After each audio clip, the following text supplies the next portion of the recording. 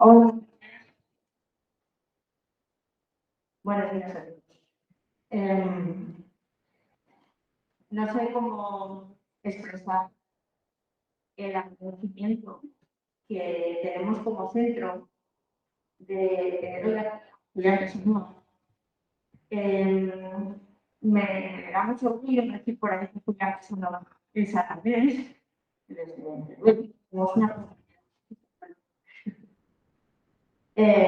Y ya que haya en este momento a venir al centro para hablar con vosotros, pues es un motivo de agradecimiento enorme.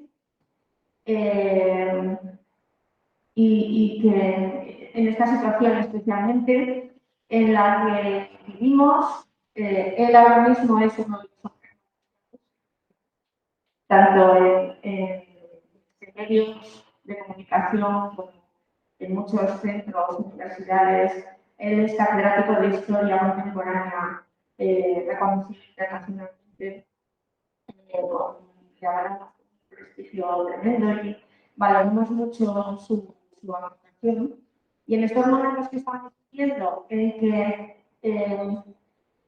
estamos comentando cosas en clase, intentamos explicar un poco la situación, pero estamos en unas generaciones que afortunadamente no hemos vivido en directo una vez, y ahora mismo no entendemos muy bien lo que está pasando. Nosotros como profesores intentamos explicar la situación, pero y de Julián es de mucha ayuda para nosotros, porque esta frase que se usa tanto, hay que conocer la historia para que se repita, pues para que nos ¿verdad? Entonces, hemos pedido ayuda, aquí está. Escucharle atentamente, por favor, y apreciar el fundamento de todas las cosas. ¿Vale? Os presento el grupo con Julián Casanova y le paso. Gracias, Julián.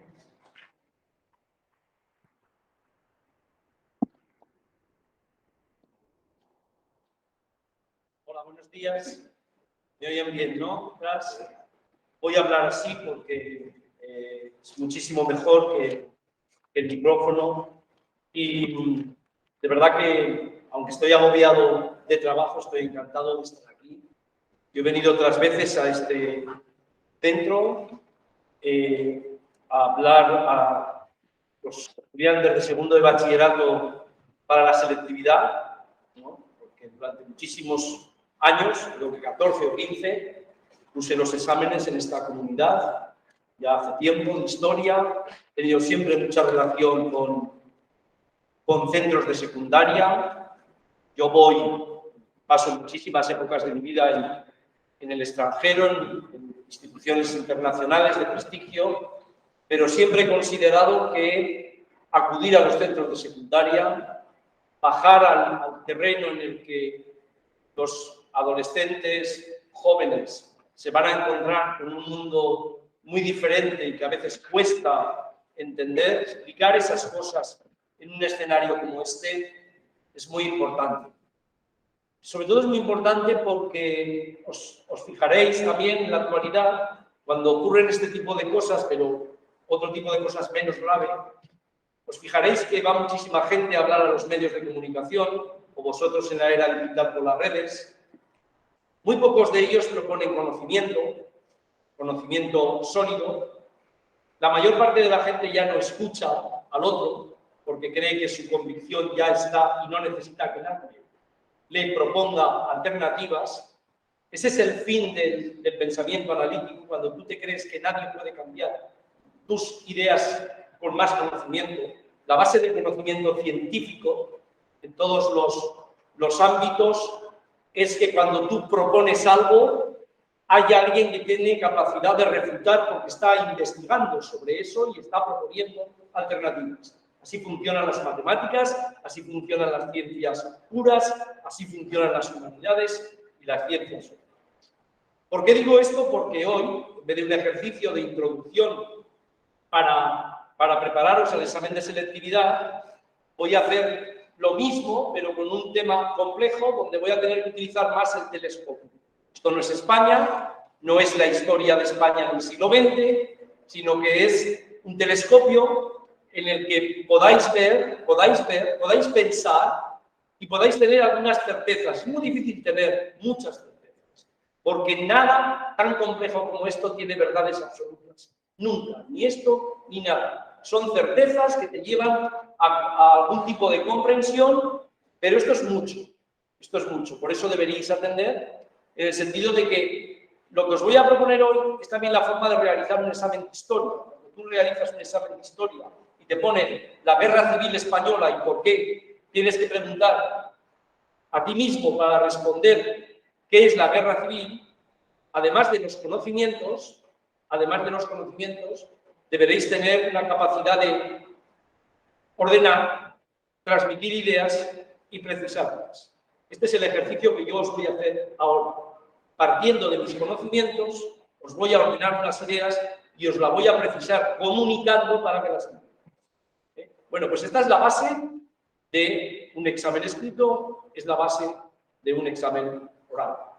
Os voy a empezar con una brevecita para que comprendáis la gravedad o seriedad de lo que está ocurriendo. Cuando en Europa estalló la Primera Guerra Mundial, que es la primera vez en el mundo, la Primera Guerra Mundial, que es la primera vez en el mundo en el que ya no hay combatientes del ejército claramente separados, donde aparecen las retaguardias bombardeadas, donde mujeres y niños sufren las consecuencias y ya no son solo hombres con ese militarismo, espíritu de combate, sino que ya hay una retaguardia que sufre muchísimo, insisto, donde hay limpiezas étnicas, la primera limpieza étnica de la historia de los armenios, donde hay una tremenda, ahora lo sabemos, violencia sexual contra las mujeres cristianas en esa limpieza étnica. Bueno, todo esto que marcó la Primera Guerra Mundial, porque esta es una guerra que deja 9 millones de muertos, la guerra más cruenta del siglo XIX había tenido 500.000 de muertos, la guerra de Crimea había tenido 500.000 de muertos, aquí aparecen 9 millones, más las consecuencias posteriores, el paramilitarismo, aquello que se mal llamó la gripe española, que se llevó también a la tumba a millones de personas. Cuando estalló la guerra, la mayor parte de los políticos de entonces, los diplomáticos, los militares de los diferentes países, ya sabéis que estalló aparentemente por un hecho insignificante, que allí estalló todo, que es el asesinato del archiduque Francisco Fernando, heredero del Imperio Austrohúngaro, en Sarajevo. Cuando estalló aquello, las primeras manifestaciones de los políticos y de los militares, porque tenían en perspectiva las guerras decimonónicas, es esto lo solucionamos, esto será un replanteamiento del mapa de Europa. Nadie tuvo en cuenta, como ahora para que veáis los paralelismos, nadie tuvo en cuenta que la sociedad industrial había avanzado mucho, que había habido ya revoluciones científicas, tecnológicas, y que alguien ya había avisado que la próxima guerra, no aquella última franco-prusiana de los años 70 del siglo XIX, sino que la próxima guerra traería armas químicas, destrucción, aplicarían la tecnología al servicio de la muerte, y el día que eso pasara, ya no valdría un combate entre militares. Esto ya se había empezado a romper en esto. Bueno, pues un año después de esto, de que al principio la guerra parecía corta, breve, el príncipe heredero de Alemania decía, esto va a ser radiante, el ministro de Asuntos Exteriores británico decía, para Navidad todos en casa, había comenzado en agosto. Pues un año después, os voy a leer literalmente, un año después, un insigne político británico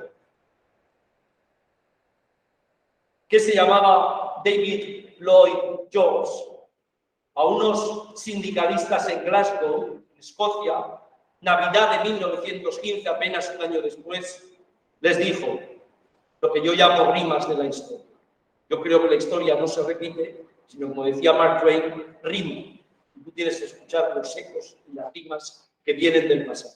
Y les dije, es el diluvio, una convulsión, uno de esos movimientos sísmicos en los que las naciones hacen avanzar o retroceder a generaciones enteras de una sola sacudida. ¿Veis? Un año después ya había captado que aquello era una guerrita, que aquello no era solo una guerra entre muchos combatientes. Diluvio, convulsión, movimiento sísmico. Y después, cuidado porque esto durante generaciones no se soluciona. O sea, él estaba hablando como político, como responsable, pero en cierta forma tiene muchos paralelismos con la realidad.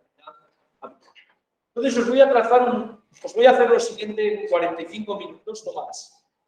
Y voy a hacer lo siguiente. Os voy a trazar una visión de largo plazo desde principios del siglo XX hasta la actualidad. En segundo lugar, os diré qué es lo que hay de nuevo en este conflicto, porque no había un conflicto territorial en Europa desde 1945, aunque sí hubo una guerra con extrema violencia en los Balcanes en los años 90, os lo explicaré. Y en tercer lugar, os diré lo que creo que es la respuesta internacional, las sociedades civiles, qué hacer cuando pasan este tipo de acontecimientos. Pero en ningún momento voy a hacer ninguna predicción de futuro, porque otro de los conceptos que yo manejo es que cuando vienen estos temas, la historia se acelera de tal forma que no sabes ni siquiera lo que pasa o lo que va a pasar mañana. Mientras que en momentos de calma, la historia te permite saber que de alguna forma tienes las claves para explicar lo que va a venir. Por ejemplo, a finales del siglo XX, en Europa, después de tantas tragedias, había un momento optimista. Cuando entró el siglo XXI, la gente en Europa, no en otros países, lo celebró de una forma positiva. Esto es el final de un siglo que nos ha traído muchas desgracias. El horizonte parecía despejado. Vinieron las Torres Gemelas, el atentado, la guerra de Irak, también con una mentira que habían encontrado, porque se iban a encontrar armas de destrucción masiva. Se puso el orden internacional patas arriba por parte de Estados Unidos en aquel momento. Y esa guerra de Irak fue sucedida después de una gran crisis económica en 2008, que vuestros padres se acordarán perfectamente de lo que fue, cómo sacudió, cómo afectó a la desigualdad, cómo afectó a la distribución de la riqueza, cómo la gente que creía que los valores democráticos eran para siempre empezó a ver que aquello a lo mejor no. Empezaron a surgir movimientos autoritarios, ultraderecha, que no estaban desde la desnazificación del 45 en Europa.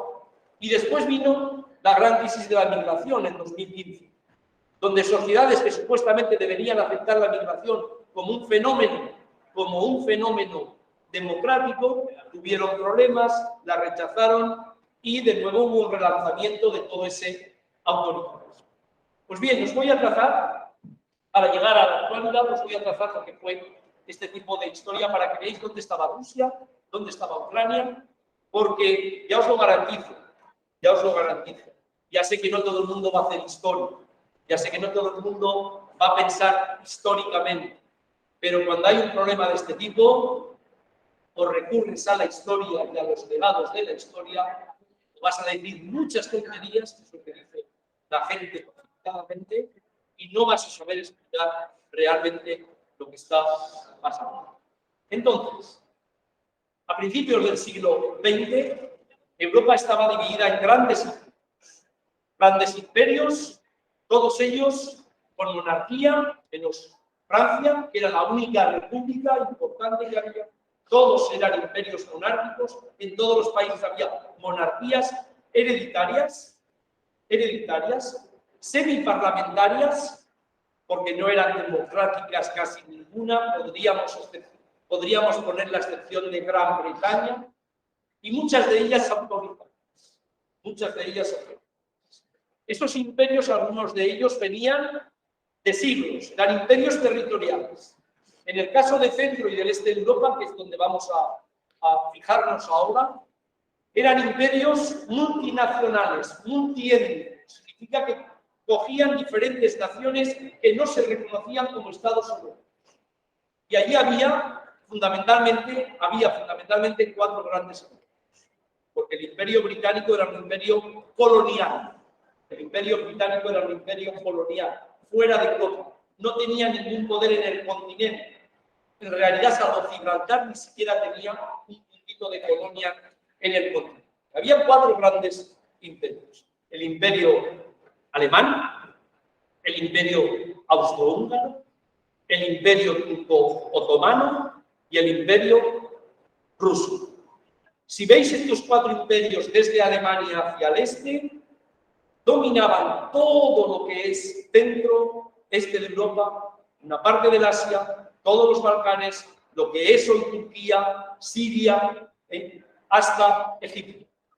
Es decir, eran 4 grandes imperios, entran en guerra, los 4 grandes imperios, salvo el de Rusia, entran en la guerra con los llamados poderes centrales y pierden la guerra de una forma bastante estrepitosa.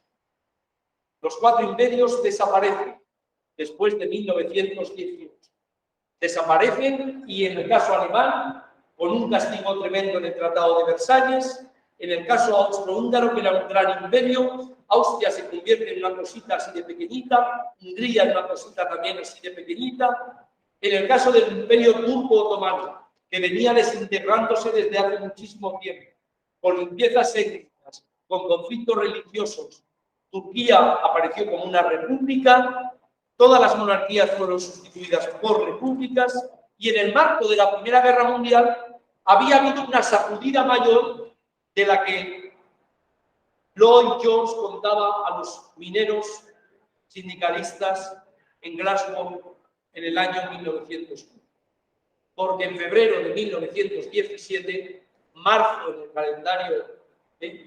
calendario gregoriano, juliano en el calendario juliano, 13 días de retraso respecto al nuestro en Rusia, la monarquía de los Romanov, que llevaba 300 años en el poder en Rusia, de la noche a la mañana desapareció. De la noche a la mañana desapareció. Un imperio, insisto, con 300 años. Un año después, la monarquía, Nicolás II, la reina, los hijos fueron asesinados porque en octubre del 17 hubo una segunda revolución en la que un partido hasta entonces minoritario conquistó el poder y estableció, después de una guerra civil, la primera vez en la historia que alguien triunfa en nombre del marxismo, del comunismo, recompuso el imperio, prácticamente todo lo que había sido el imperio de los Romanov, se consolidó con Lenin y sobre todo con Stalin en los años 30.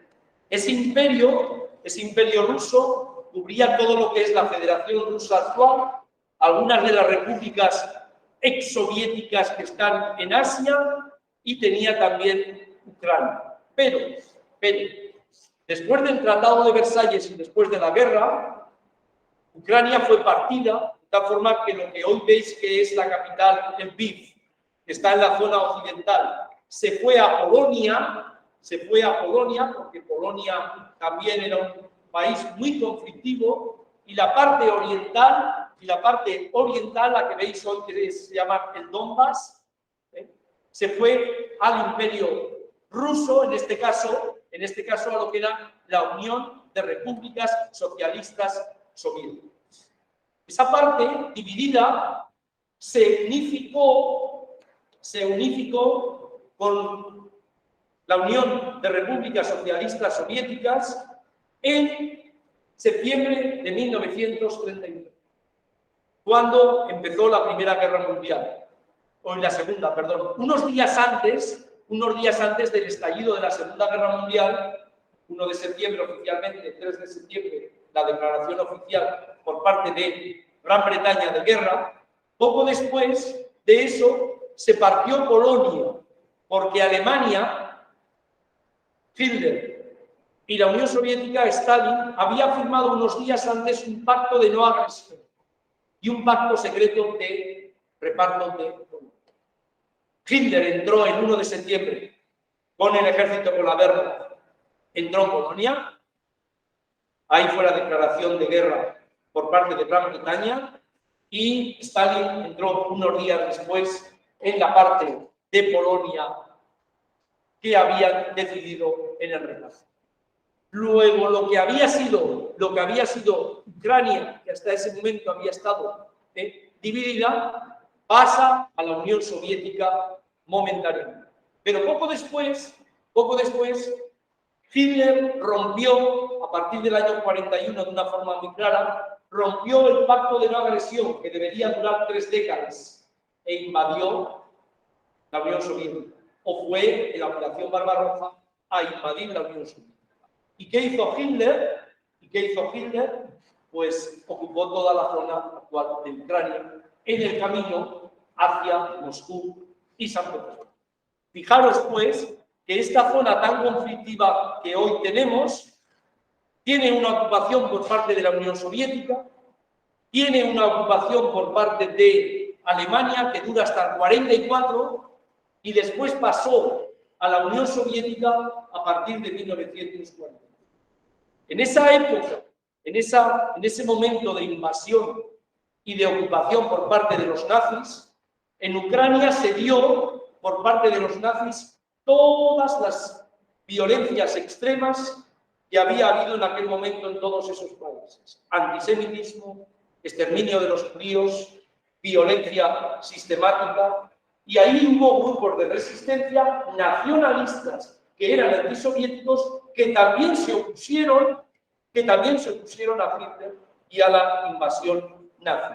Con lo cual, digamos que en Ucrania se formó un heterogéneo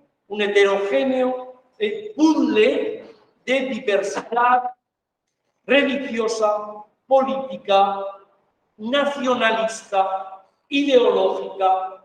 En el 45 todo eso pasó a la Unión Soviética. Vino la Guerra Fría.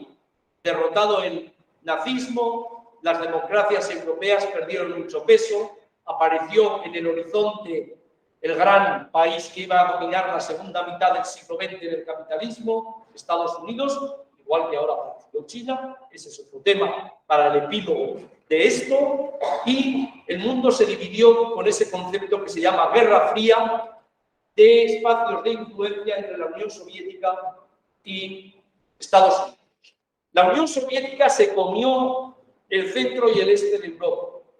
Alemania se dividió en dos, una parte la República Federal del año 49 y otra parte la República Democrática, dependiendo de la Unión Soviética. Después se construyó el muro de Berlín, ese que cayó en el año 89. Y a partir de ese momento, Polonia, Hungría, Yugoslavia, Rumanía, Bulgaria, Checoslovaquia estuvieron hasta el año 89 bajo dominio soviético. Incluida, por supuesto, todo lo que llamamos hoy Ucrania, el Estado que se independizó en 1991 de la Unión Soviética. ¿Qué pasó con todo aquello? No necesito contar mucho, salvo que en el 89, unas famosas revoluciones, casi todas ellas pacíficas, que vosotros tenéis con la imagen de la caída del muro, si vais a los documentales, a los medios audiovisuales. Aquel mundo soviético empezó a hundirse. Todos esos países quitaron el dominio soviético, todos, de una forma pacífica en todos los casos, salvo en Rumanía, donde se acabó asesinando al presidente Ceausescu y a su mujer. Salvo en Rumanía, fue de una forma pacífica. Y la Unión Soviética se mostró incapaz, porque se desintegró, de controlar aquello. Gorbachov ya dijo: nosotros no podemos defender a territorios que eran nuestros fuera de la Unión Soviética. Todos aquellos estados empezaron transiciones hacia la democracia, y en el año 91 la Unión Soviética se quebró. Y quebró por una incapacidad de muchas cosas. Por una incapacidad de ofrecer el paraíso terrenal que habían anunciado durante muchísimo tiempo a la gente, donde hubo represión, donde hubo más bien dictaduras en vez de paraíso. Se hundió y había habido insurrecciones importantes en todos los sitios. Se hundió porque se quedó totalmente atrasada en la revolución tecnológica.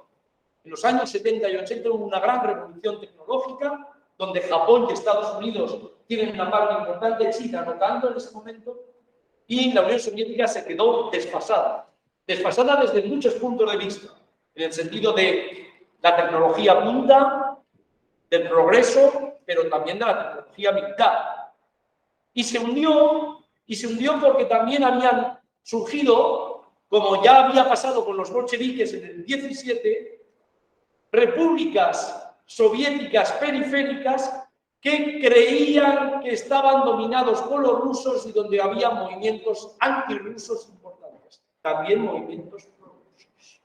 Luego, en el año 91, Ucrania transitó a través de un movimiento de independencia hacia un Estado soberano y hacia una democracia, con muchísimos problemas, como todos esos países. Todos esos países tuvieron muchísimos problemas en consolidar las democracias. Nosotros habíamos salido de una dictadura muy larga, la de Franco, con una transición muy difícil, se consolidó la democracia porque geopolíticamente estábamos en otro sitio. Portugal le pasó lo mismo a través de un proceso más radical, más revolucionario que en España. A Grecia le pasó lo mismo. Todo el mundo elogió las transiciones en los países mediterráneos. Todo el mundo creía que las transiciones desde esa Unión Soviética dominando todos esos países también iba a hacer una transición pacífica a la democracia. Y nos encontramos a principios del siglo XX, ya no ahora, a principios del siglo XX, que todos esos países salían fantasmas del pasado, pero también movimientos autoritarios, corrupción, poca transparencia, iros a Rumanía, a Bulgaria, a la antigua Yugoslavia, que además tuvo una guerra impresionante de diferentes naciones, por supuesto a Checoslovaquia, que parecía que era el paradigma, a Polonia, y empezó una revuelta de muchísima gente en plan nacionalista autoritario diciendo que Europa era decadente, traía el feminismo, traía políticas de género, traía muchísimas cosas que no estaban con la vieja civilización cristiana. Este es el discurso de Orbán en Hungría, este es el discurso en Polonia y este es el discurso también de Putin. Putin tenía 52 años cuando la Unión Soviética se disolvió. 52 años. Nació en el año 52. Luego, cuando se disolvió la Unión Soviética, tenía 40. Él ya creció en la Unión Soviética. Creció. Fue un personaje importante en la KGB, era la policía secreta y los servicios de seguridad interna, en lo que entonces se llamaba Leningrado, que hoy se llama San Petersburgo. Y Putin, como su generación, además, insisto, muy relacionado con la represión y los movimientos de policía secreta, Putin hizo una percepción de que la culpa de la Unión Soviética, que por cierto era el debacle más importante de la historia de Rusia, la tenía Occidente. Venía desde fuera. No era un proceso de descomposición interna, como todos los historiadores y la gente especialista ha marcado, sino que venía de fuera. Y eso había que solucionar. Porque con esa descomposición, Rusia perdió algo que desde el siglo X, y entonces los historiadores se lo están diciendo, como aquí determinados historiadores están inventando el pasado, o lo inventaron a propósito de Cataluña, o lo inventan a propósito de la nación española, los historiadores estaban diciendo que hubo un Estado en el siglo X de 3 pueblos eslavos, que hoy son Rusia, Bielorrusia y Ucrania, que eran el gran Estado ruso, que pertenecían a la misma raza, a la misma religión, al mismo pueblo, y que todo eso se había descompuesto. Todo eso se había descompuesto en el 91 y alguien lo tenía que recuperar. Y detrás de todo esto, Putin empezó un proceso en el que primero ocupó zonas que después se declararon independientes de Georgia, tuvo una guerra en Chechenia muy importante y muy violenta, apoyó al Assad, al dictador en Siria, de tal forma que lo que está haciendo en Ucrania, otros en su nombre y con sus armas, lo hicieron en Siria. Y de repente nos encontramos con la invasión de un Estado en el que los europeos pensábamos que todo esto era de otros países. Europa era un continente inmune a todo esto. Ya no podía pasar en Europa, pese a que habían pasado aquellas guerras en los Balcanes, pero que la mayor parte de la gente occidental europea se lavó las manos y dijo, ¿sabéis qué? Esto es un conflicto de ellos, étnico, lo tienen desde tiempos inmemoriales, no vais a entender nada, dejadlos que se maten. Como habían dicho de otros conflictos anteriores. Aquellas guerras balcánicas fueron horrorosas.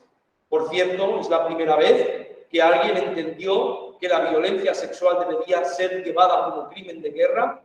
La violencia sexual, un hilo conductor de todas las guerras violentísimas del 20, había salido baratísima. Nadie había sido juzgado por violencia sexual. Y a partir de ese momento, de los Balcanes, la gente entendió que Europa también podía tener guerras, pero eso no es una guerra territorial. Esta es la primera vez que alguien rompe con un orden internacional del 45 que dice, ¿sabéis que todos los problemas que hemos tenido en Europa han tenido al territorio como elemento fundamental? ¿Sabéis que todas las luchas han sido territoriales? Detrás del territorio hay gente, detrás del territorio hay religiones, hay géneros, hay etnias, hay clases sociales, pero todo fue territorial. Y hubo un pacto en Europa de que no se movían los territorios, porque mover los territorios era traer todas las ruinas, todos los ecos del pasado, ese diluvio, ese movimiento sísmico del que hablaba Lloyd George en 1900. De tal forma que si vosotros viajáis hoy en Europa, vais por España, la gente la primera vez que vio aquí bombas, bombardeos, y esto que está pasando es en el 39. Y sí, fue mucha tragedia para todo el mundo, pero la gente pensaba que eso estaba bien. Y en Europa fue el 45. Nadie se acordaba de esto. Luego, desde ese punto de vista, primera conclusión. Lo que empezó hace el jueves 3 semanas con la invasión de Ucrania fue volver a algo que la gente creía que en Europa no iba a existir. Pero con 3 condiciones nuevas. Con 3 condiciones nuevas, que son las que han complicado todo esto y nos hacen ver el futuro de una forma nada optimista.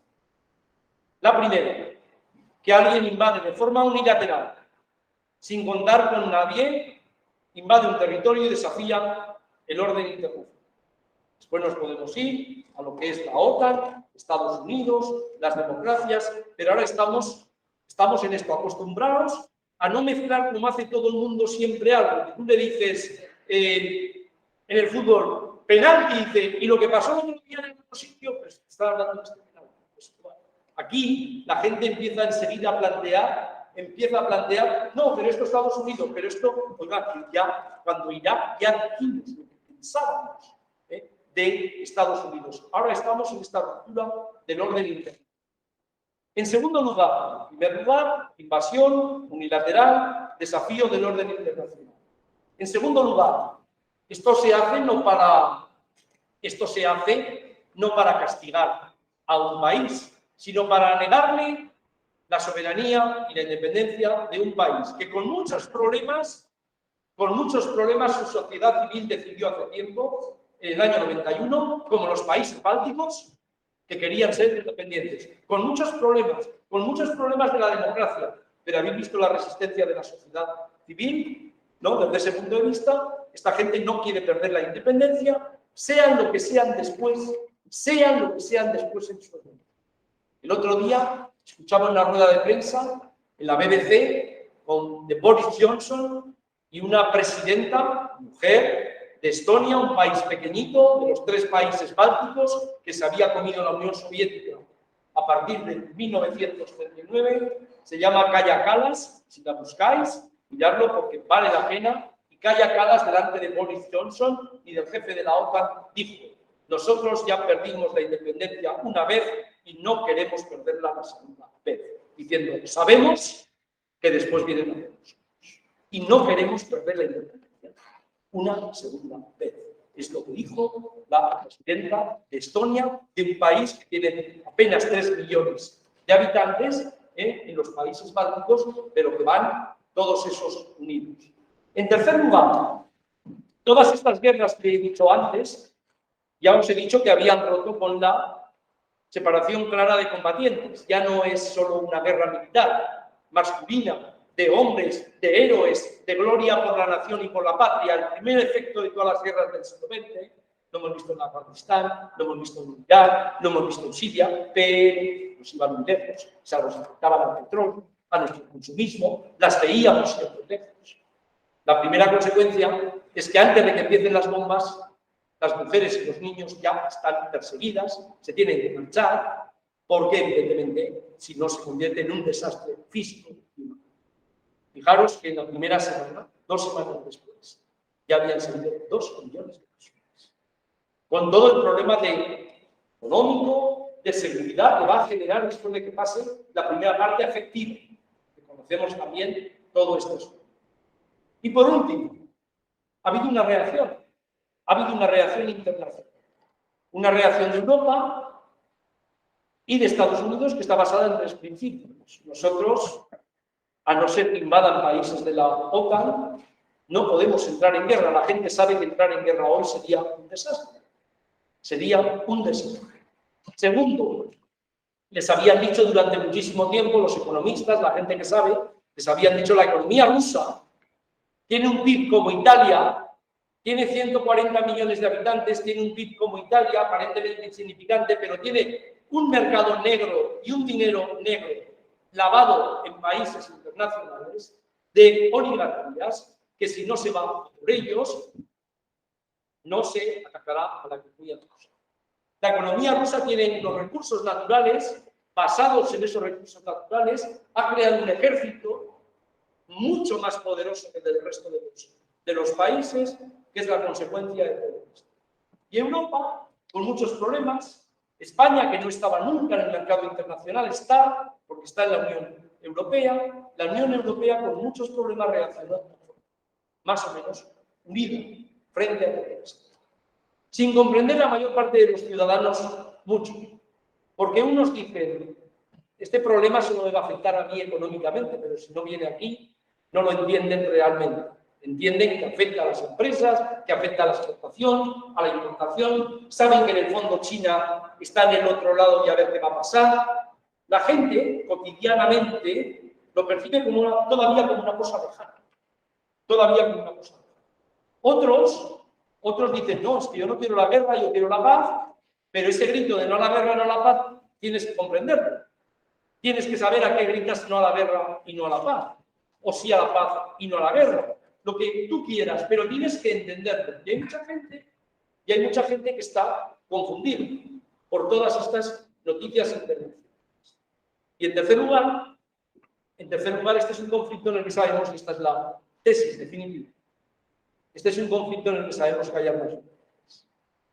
Este es un conflicto en el que sabemos, como aquellos del 14 que no lo vieron, que si estalla una guerra, de verdad, ya no habrá solo ejércitos que se citan en un campo de batalla.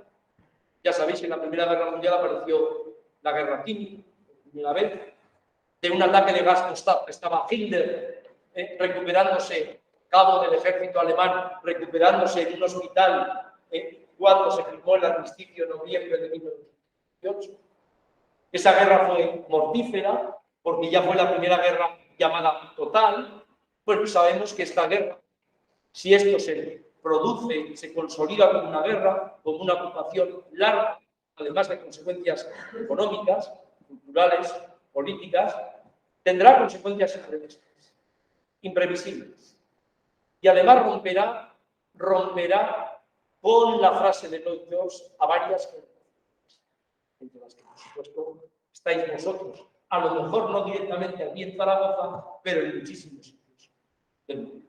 Imaginaros todos vosotros, en estos momentos, cantidad de gente que estudiaba en Ucrania desde fuera, cantidad de gente que estaba haciendo el bachillerato como vosotros, y en estos momentos se ha interrumpido todo. Todo. Y todo significa que no hay esperanza, que yo voy a tardar en recuperar el proceso en el que estaba viviendo durante muchísimo tiempo.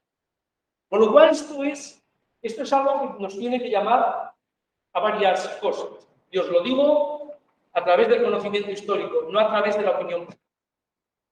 La primera, que la única esperanza para vosotros en el futuro es que dentro de todas las imperfecciones se consoliden sociedades democráticas como las que tuvieron en Europa Occidental, que Franco retrasó bastante para España esto, durante la segunda mitad del siglo XX. Sociedades democráticas donde hay beneficios repartidos para la gente más necesitada, donde hay sanidad, donde hay educación obligatoria hasta los 16 años, acceso a la educación para gente que antes ni siquiera lo habían podido leer ni padres ni abuelos. La única esperanza es esta. Todo lo que no sea esto, por el nombre del ruido, defendiendo lo que sea, en nombre del autoritarismo de lo que sea, es un desastre. Es un desastre que la historia lo indica de una forma clara. Cuidado. La democracia no es el paraíso terrenal. La democracia no es una cosa que viene dada y hasta para siempre. La democracia hay que cuidarla, es frágil y depende de las sociedades. Y se cuida. Eligiendo a políticos responsables, obligando a los políticos a que sean responsables, pero a las sociedades civiles participando y no lavándose las manos, como ha pasado en los últimos años en muchísimos canales de Internet. Este es un tema capital. Lo digo porque a ruido y a río revuelto salen perspectivas de todo tipo. Y ya sé, insisto, ya sé que la democracia es muy imperfecta. Pero ya sé también que es la única solución que ha consolidado desde el 45 soluciones mínimamente aceptables para muchísima gente. En segundo lugar, ya lo reclama uno. Ningún país puede meterse en un Estado soberano por la fuerza, rompiendo unilateralmente la vida de esa población con la legitimidad que sea, o histórica, o porque me perteneces, o porque quiero pasar por un zar a recomponer todo esto, o porque vosotros pertenecéis a una raza inferior, o porque sois un pueblo diferente, o porque estáis rompiendo la civilización nuestra. Por cierto, el patriarca de la Iglesia ortodoxa, que antes estaban perseguidos y ahora está con Putin legitimando, declaró el otro día, no sé si lo habéis visto, que esta era una guerra contra esa Europa decadente dominada por gays y lesbianas. Esto lo dijo el otro día el patriarca de la Iglesia ortodoxa rusa.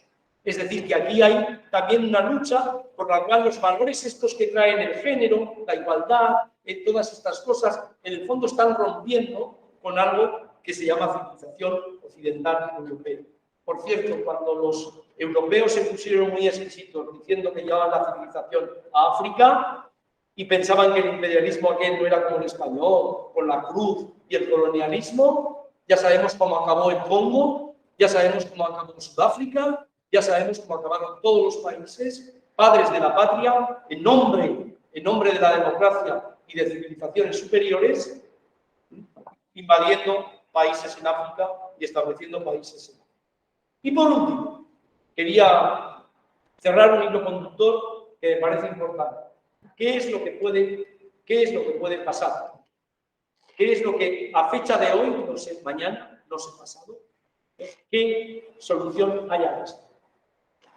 Si se emprenden unas negociaciones, que es lo normal, por lo que nos dice la historia y el presente, Putin va a pedir una rendición incondicional y posiblemente una partición de territorio. O la declaración expresa de que Ucrania no entrará nunca en la OTAN, que eso lo podrían conseguir. Si esto ocurre, lo que viene después es un conflicto civil.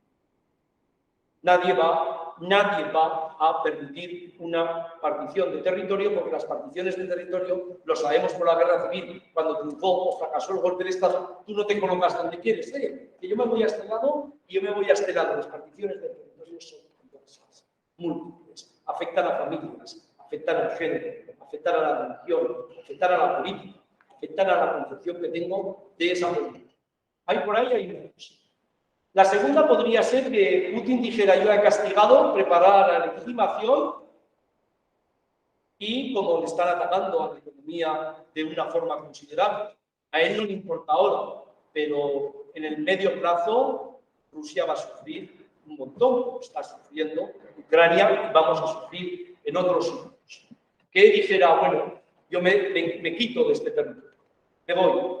Pero para irse tiene que montar una legitimación, él no se puede ir ahora, tiene que montar una legitimación. Ya he hecho lo que he querido, ya los he castigado, he conseguido la firma de que no van a estar en la OTAN, y la mentira por la cual yo invado Ucrania porque la tengo que desnazificar, desmilitarizar e impedir que entren en la OTAN, que no es la auténtica razón por la que invadir, se consolida. Y una tercera, que esto dure, que la invasión convertida ya en guerra se convierta en ocupación. No confundáis invasión con ocupación. La invasión vas, tienes unos objetivos, se cumplen o no. La ocupación es cuando te quedas en el territorio, tienes que empezar a establecer una administración, conquistas el poder, llegas a Kiev, nombras un gobierno diferente y esa ocupación dura larga. Mientras tanto, por supuesto, complica la vida en el resto de los países, porque el resto de los países empiezan a sacudir, a verse divididos. Tienen los problemas de subsistencia, crece el producto, todo lo que va relacionado con el gas natural y con el petróleo, el cual los occidentales no sabemos vivir. Empieza todo ese proceso, cambia un poquito más. Bueno, este es el panorama que yo os quería transmitir. Ya sé que esto es muy difícil de captar, porque vivimos en un tiempo en el que la gente está muy acostumbrada a que la eduquen profesionalmente. Yo quiero ser médico, yo quiero ser ingeniero, yo quiero no ser no sé qué, pero a la gente no le gusta el pensar.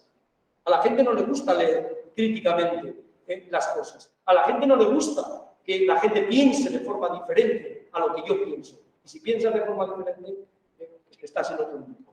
Entonces, desde ese punto de vista, posible hacer tres cosas. Uno, seáis o no seáis historiadores en el futuro, que no penséis que llegando a una profesión, ganando dinero y estando allí, esto os va a durar toda la vida. Este mundo es muy complicado. Y cuanto mejor lo comprendáis, menos os engañarán.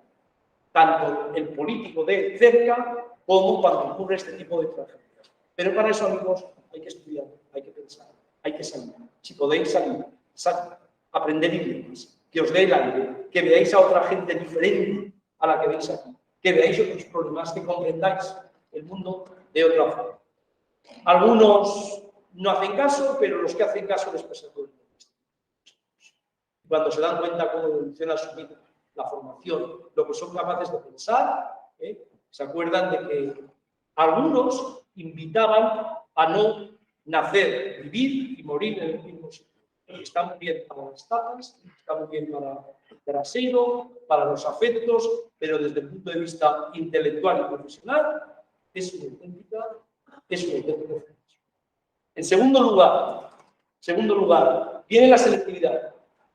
Y os voy a decir algo importante que posiblemente hubiera sido un hilo conductor si hubiera venido a enseñar la historia del siglo. La selectividad lo vais a encontrar en un ambiente diferente, distinto, no es el vuestro, tenéis que hacer un examen muy pronto, muy rápidamente, contestar unas preguntas que en aquel momento nos van a venir. Hay tres reglas de oro. La primera, por supuesto, haber adquirido los conocimientos, por supuesto. La segunda es que a la hora de transmitirlos, penséis, le deis una vuelta clarísima y sobre todo sepáis ordenarlos y jerarquizarlos. No queráis hacer exposiciones exhaustivas. Estoy hablando de literatura, estoy hablando de historia, estoy hablando de las asignaturas, pero de las obligatorias de historia. Centraros, saber ordenar y sobre todo saber precisar. Precisar es escribir sujeto, verbo, predicado. Saber ordenar esas ideas y que el que lee, que va a leer muchos, vea claramente que detrás hay una mente pensante, no alguien que transmite de memoria conocimientos. Y en tercer lugar, esto es muy importante, no vayáis nunca, al menos a un examen de historia, memorizar. Porque en el momento en que la memorización os falle, os hundiréis como se está hundiendo muchas de las veces. Luego, sacaros ideas claras y que esas ideas claras estén en vuestra cabeza conectadas con cosas, con el personaje, con el contexto, con el régimen de qué se trata, con los hechos históricos que se tratan. Si todo eso lo memorizáis, porque a mí no me interesa mucho la historia, pero me la van a preguntar, lo memorizáis porque no he aprendido a hacerlo de otra forma, o os entre un eclipse cerebral, en el sentido literal del término, no haréis un examen que a lo mejor habéis estudiado y habéis dedicado muchísimas horas. ¿Y cómo se aprende esto? Insisto y acabo. Primero, con conocimiento. Segundo, apuntando básico. Llevar siempre conectados todos los conocimientos. Y tercero, este es el inicio de una cosa que vais a tener que hacer siempre. O hablar en público, o escribir. Todos los trabajos a los que vais a acceder en el futuro, y os deseo el mejor de los futuros. Todos los trabajos que vais a competir por ellos, todos os van a exigir claridad, conocimiento, en las entrevistas vais a tener que mostrar temple, luego este es vuestro mundo futuro. La era digital os va a pensar de forma diferente a lo que pensamos la gente que no vivimos cuando éramos todos nosotros, la era digital. Así que acabo deseándoos suerte. Si pudiera, os ayudaría a aprobar la selectividad, no tengáis ninguna duda. Si yo fuera el que pusiera el examen de selectividad, lo pondría habiendo advertido a la gente que estos son los temas que caen, porque lo que hace falta es que la gente aprenda, no ir a buscar a la gente con temas retorcidos a ver si sabe o no. Lo básico. Y en tercer lugar, eso es para toda la vida, no veáis esta conferencia como algo aislado de un profesor que decían que era muy conocido no sé dónde, que nos vino a dar una conferencia. Tomaros esto con responsabilidad civil, porque el futuro es más vuestro que mío. Todo lo que dejéis de hacer, alguien os lo hará por vosotros. Os vaya muy bien. Muchas gracias.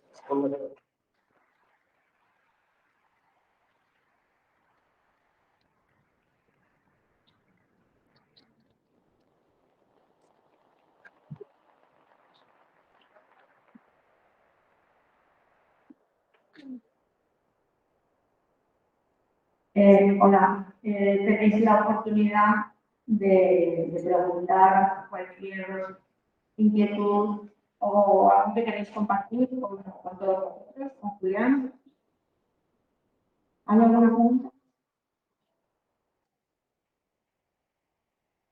¿Alguien se anima? ¿Qué pensáis estos días cuando estáis oyendo las noticias? Creo que os han hecho un recorrido exhaustivo, un poco sobre la historia de Europa. Aprovecho para comentar el último momento, la violencia violenta, la violencia de siglo XX, que ahora mismo está totalmente de así que sí, trabajo. Sí, pero después que pregunte a Era simplemente sobre las armas. Es decir, Europa tiene que suministrar, ¿qué hacer ante la petición de los ucranianos sobre las armas? ¿Qué tiene que hacer Europa? ¿Facilitarlas, no facilitarlas? ¿Cuál sería el criterio? Creo que habéis escuchado la pregunta. ¿Qué tiene que hacer Europa? Si suministrar armas, no suministrar armas. Hay muchas cosas diferentes. En realidad estamos hablando de una guerra, pero es un ejército que invade y un ejército que resiste, pero no es un enfrentamiento bélico al uso. Entonces, desde ese punto de vista, como no está en la OTAN no tiene nada que decir, digo, como el combate.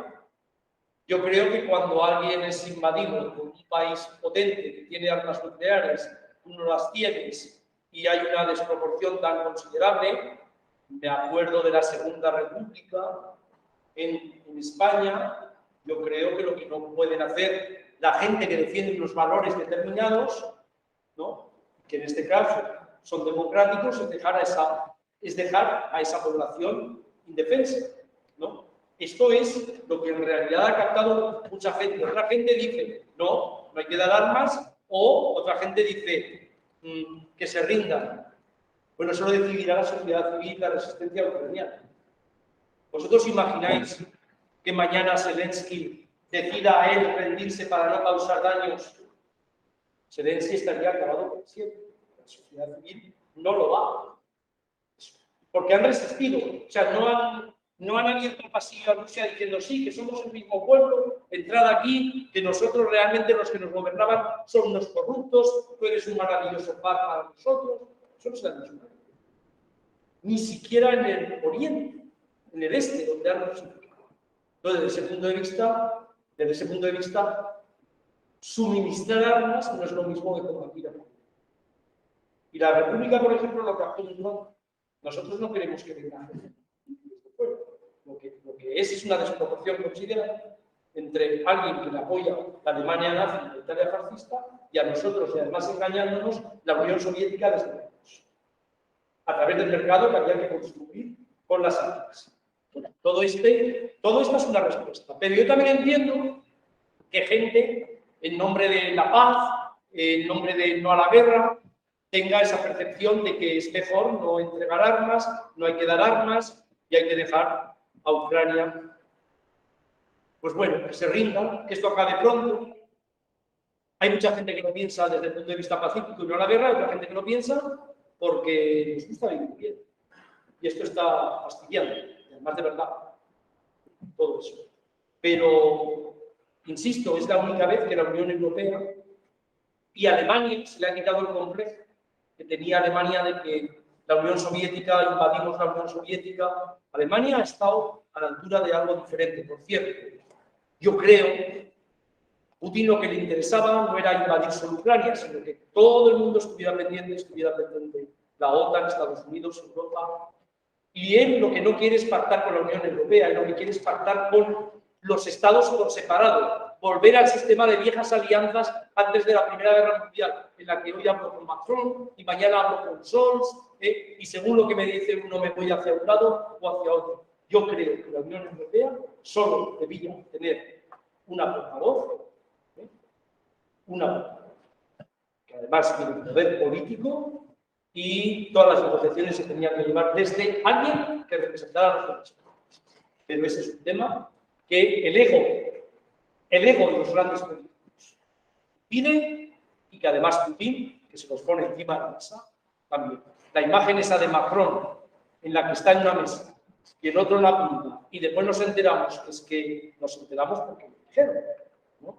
Que a Macron le habían exigido que hiciera el control por el virus y por el COVID médicos rusos, que no fue aceptado, por eso cada uno estuvo en un lado. Es una fotografía que recuerda mucho a las fotografías en las que alguien se arrodilla ante alguien que sabe en el fondo es más bruto que tú, tiene las armas que tú tienes y además las va a utilizar. Fijaros que hay una imagen que si no la habéis visto nunca y no la habéis estudiado, estudiarla, que es el Pacto de Múnich en septiembre de 1938. Cuando Daladier y Chamberlain, dos personas que habían sido educados en la política diplomática en las universidades Francia, Gran Bretaña, se juntan con Hitler y con Mussolini y le venden los Sudetes a Alemania y después la invasión de Checoslovaquia. Dos políticos que vienen desde abajo, que no tienen que ver nada con el mundo internacional, que lo están sacudiendo. Yo creo que todo eso es muy importante. Pero entiendo que haya gente que tenga otro tipo de opiniones. Pero aquí hay una cosa, son las opiniones, y otra la política conjunta de los 27 países. A mí, yo prefiero estar en la Unión Europea que fuera de la Unión Europea. Y prefiero que el político español que sea, que no cuenta para nada en la política internacional porque España no estuvo en ninguna de las guerras. Y eso es en la historia de Europa, yo prefiero que el político español esté también con la Unión Europea. Si está unida, si está desunida, lo debatiremos, pero si está unida, que hagan las cosas así. Lo prefiero. Este es mi punto de vista. Yo entraríamos ya en las conferencias. Sí. Perdona, ¿cómo te llamas? Mario. Mario. Adelante, Mario. Bueno, Mario. Perdón, para mí una pregunta de un colega vuestro, se llama Mario. es tan importante como la que me ha hecho antes un profesor y tan importante como la que me haría si estuviera aquí el presidente del museo. O sea que escuchadle, que es muy importante hablar en público, saber hablar en público y romper ese hielo que casi nadie quiere romper nunca en España. Cuando hay... Mario, adelante. Muchas gracias. Bueno, muchas de las cosas que iba a decir, que iba a preguntar, ya casi las has dicho. Yo lo que iba a decir es que la situación con las armas y con la pregunta que haré, yo iba a decir que me recordaba bastante pues, a los acuerdos de Múnich de 1938 cuando ante el problema de Checoslovaquia, las reivindicaciones de los alemanes, de los sudetes por parte de Alemania,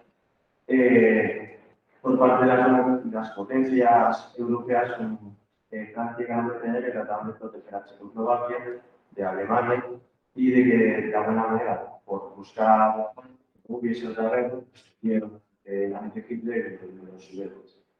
Pues la pregunta que quería hacer, y aunque lógicamente una intervención militar por parte de la OTAN, de las potencias occidentales, sería prácticamente una tercera guerra mundial, sin duda, creo que también, por lo menos en mi primer subjetivo, creo que el hecho de enviar armas a Ucrania, que aunque sin duda es una ayuda considerable, sin tener en cuenta que muchos de las armas están obsoletas, no creo que sirva de mucho darle armas a la población. O sea, no sirve mucho de armas a un país si no hay gente que las entiende y que las usa. Y ya dentro de lo que conlleva esa escalada bélica, Ucrania tiene mucha más población que Rusia, mucha menos experiencia militar y tarde o temprano sale la valentía de los ucranianos, pues los probable que acaben sucumbiendo. Y luego después que Rusia seguirá conquistando a países que no estén en la OTAN, como Finlandia o Suecia, y entonces, ¿qué pasará? Entonces mi pregunta es, como historiador que eres y que pues bueno, conoces mucho de estos tipos de conflictos, ¿estarías de acuerdo con una intervención o creerías que sea apropiadamente la intervención militar para tener ya a Rusia o esperarías o qué es lo que harías si estuviese en tu mano? ¿Me habéis escuchado? ¿Sí? Yo creo que es una... Lo que ha dicho Mario, que también conecta con lo que me habías planteado, es una pregunta muy pertinente y podría decir varias cosas. La primera relacionada con la rima de ese pasado que viene de Putin. Una de las previsiones de Putin era que había ido a Chechenia, a Georgia, a Crimea, al Donetsk y nadie le había dicho nada. Es decir, que él creía realmente que no iba a haber una posición política internacional tan unida. Cual no quiere decir que él no hubiera previsto el plan B por si fallaba el plan. Ese es el primero.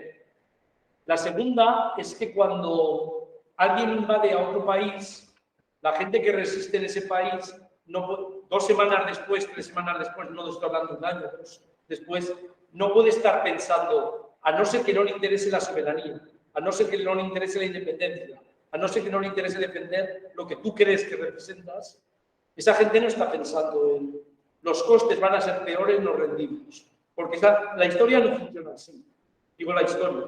Pero no funciona así porque están los políticos instigando a que luchen, sino porque la gente lo está planteando. Por supuesto que la correlación de fuerzas es desproporcional. Eso está clarísimo. Yo lo que considero es que un ataque realmente militar por parte de Estados Unidos, la OTAN y apoyado por los países europeos, sería desastroso. Eso está clarísimo. Todo el mundo lo sabe.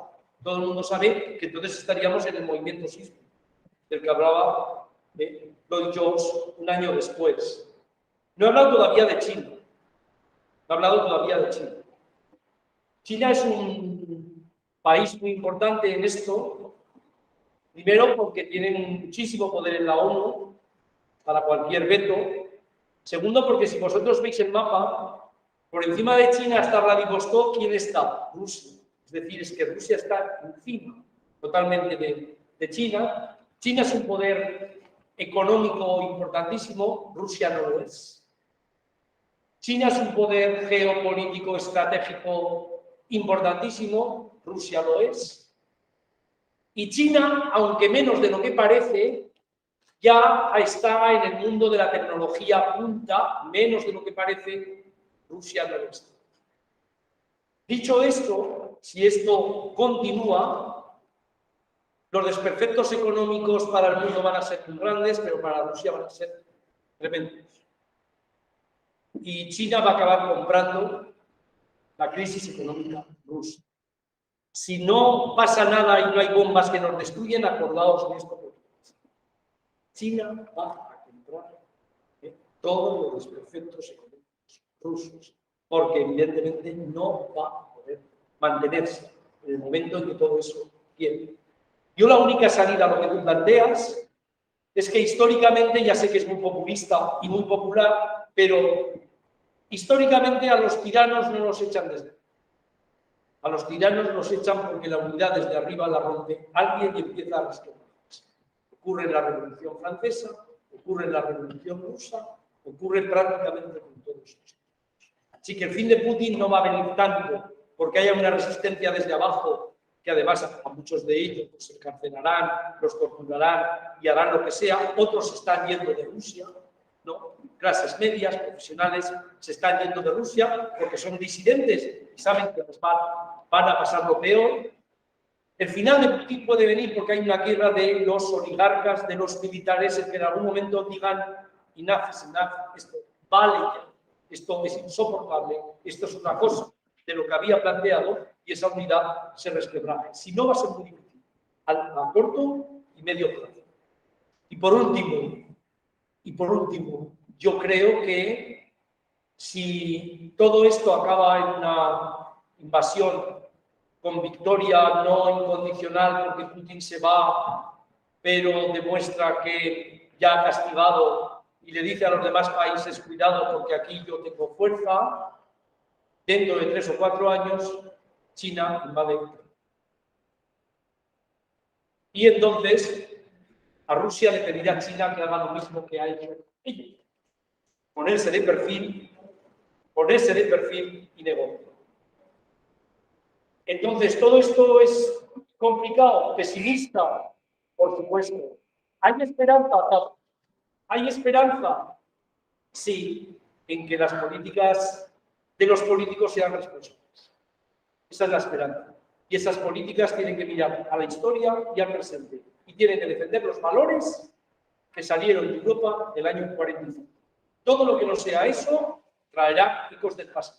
Ecos de autoritarismo, ecos de militarismo, ecos en los que la subordinación del militar al poder civil fracasará. Siempre que hay una guerra, es la continuación de la política por otros. Los militares se ponen delante de los políticos. Cuando eso ocurre, en vez de que los militares se subordinen a la sociedad civil y a la política, la historia nos dice que detrás no viene la paz de las almas, sino que viene la paz de los cuerpos. Adelante.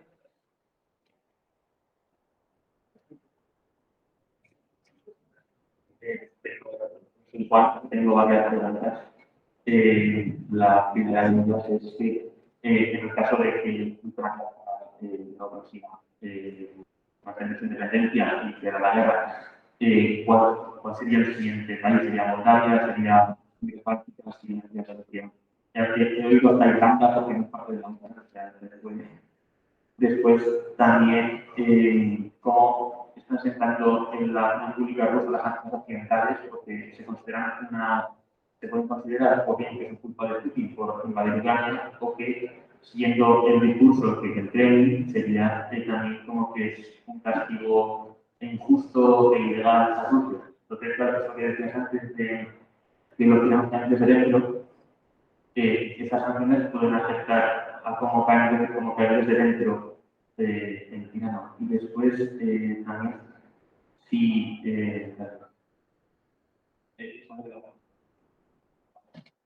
y si al final lo que decías antes de China que compraría la cultura económica de Rusia, significaría que Rusia se convertiría en una especie de colonia china como ha sido Europa de Estados Unidos en los últimos años,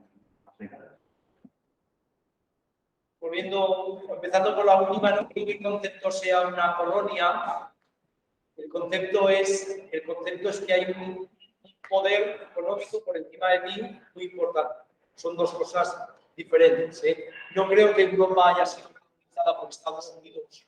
O sea, tú se lo dices eso a la potencia económica alemana o del Reino Unido o de países o Francia o Italia o España que después han avanzado. Yo creo que no es el concepto de colonia lo que estoy diciendo. Tampoco creo que esto en un proceso normal llevara a lo que he dicho. Lo que estoy planteando es que si se cumplen todas las sanciones económicas, que Rusia va a tener un mercado limitadísimo. Y Rusia va a tener una salida limitadísima. Eso es lo que he dicho. Después lo que me estáis planteando, yo lo entiendo, pero lo que me estáis planteando es más bien cosas de lo que va a pasar. Claro, si yo lo supiera, todos estos 27 presidentes de Europa me llamarían un día a comer y me dirían, venga aquí que queremos saber lo que va a pasar. No tengo lo que va a pasar, porque no es mi función. Yo lo que sí que estoy diciendo es que la historia trae enseñanzas y que a veces el 50 certezas de las 100 que tienes se van consolidando. Por ejemplo, yo antes de que empezara esto, dije, la primera fotografía que vamos a ver es el desplazamiento masivo de población. Y alguien diría, bueno, vaya, no, porque las guerras de los desplazamientos masivos de población empezaban cuando llevaban ya un tiempo y a veces al final del todo. Y desde el primer momento ha cambiado el concepto totalmente de guerra. De la misma forma que tampoco vais a ver muchos cadáveres, porque van todos a fosas comunes o quemados.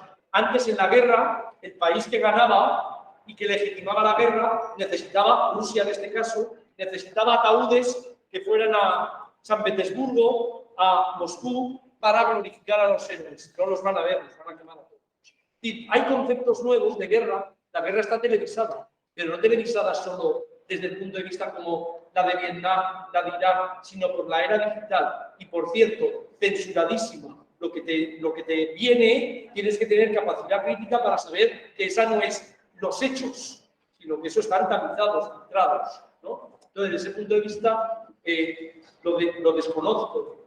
Yo no creo que Putin, si se come a un Estado soberano como Ucrania, necesite a la altura de Navidad, por poner un horizonte, comerse a Moldavia o a los países bálticos.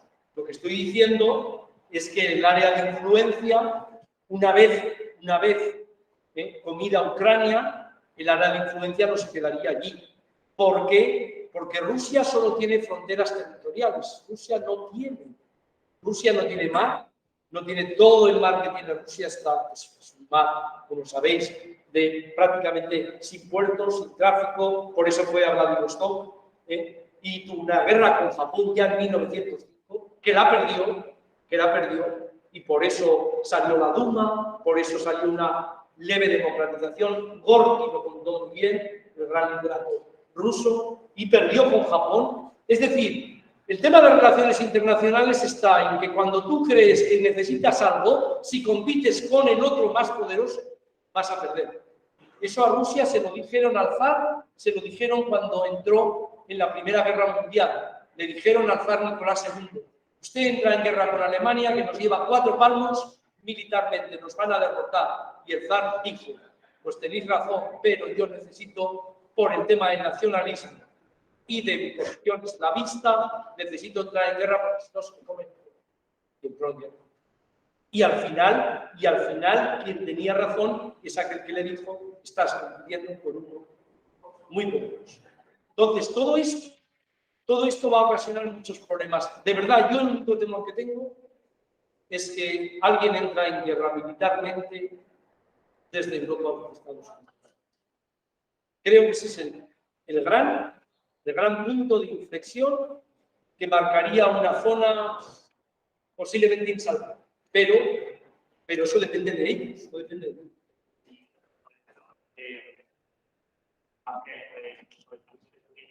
Espera que te lleva el micrófono. Y sobre eso que has dicho de que pueda entrar en la otra estación. Sí, bueno, estamos diciendo que hay un momento también que puede haber en México, porque hay que pasar mucho en Ucrania, en países básicos. y con el bombardeo de guerra nazi a una base de elementos de Polonia, cualquier incidente, cualquier chispa es posible. Entonces, cualquier incidente con una nave para decir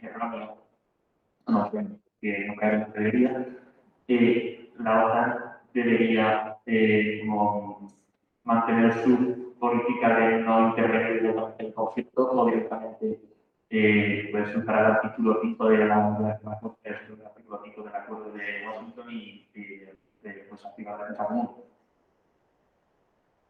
¿Cuál sería el detonante, la chispa?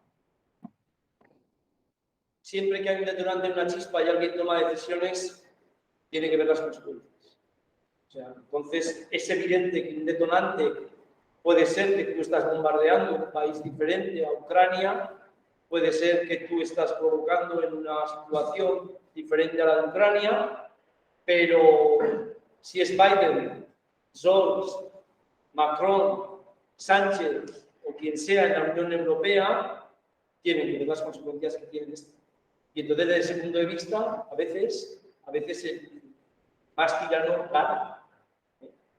Pero también vosotros habéis advertido que pasó en Múnich, cuando mucha gente después dijo que el apaciguamiento había reforzado la posición internacional de Hitler.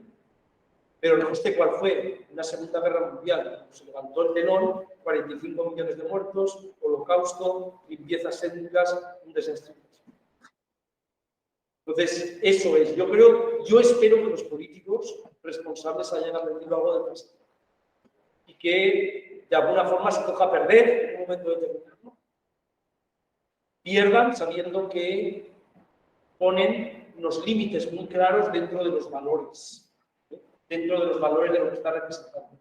La gran enseñanza europea es cuando a partir del 45 en las sociedades occidentales cambió porque se llegó a la conclusión que esos pasados sucios, traumáticos, violentos, hasta esa violencia indómita que yo había marcado en mi libro, comprendieron que aquello era impensable mantener. Y esto trajo periodos no solo de prosperidad, sino que cambió política, cultural, económicamente, todo. Entonces, estamos en un momento de inflexión donde todo el peligro viene de ahí. No lo sé, pero hay una advertencia clara. Si la guerra se extiende, esta ni es una guerra convencional, ni es una guerra química, esta es una guerra, un poder mortífero, en la que durante la Guerra Fría todo el mundo pensaba que algún día podía estallar, y no estallar.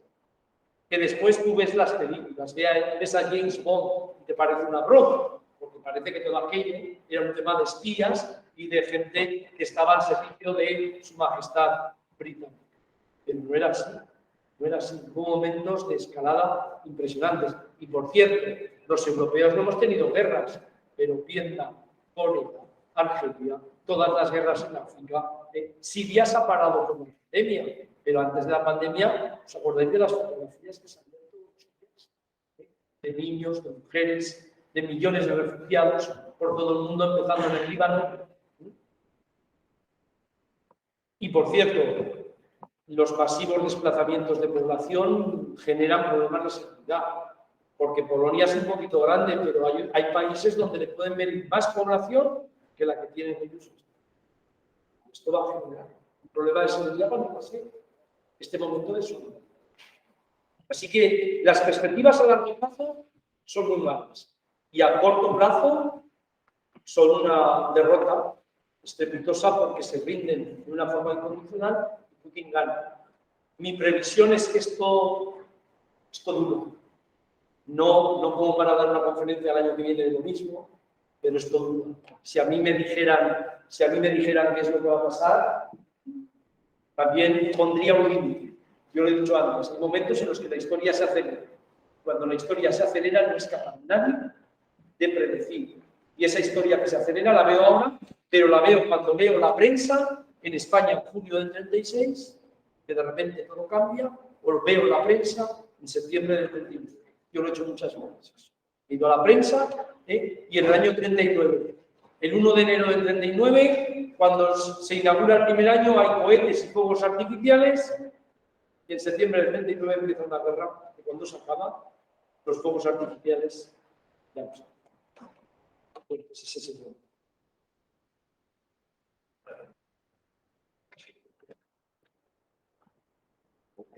Sí, Biolga, tenía Nicolás.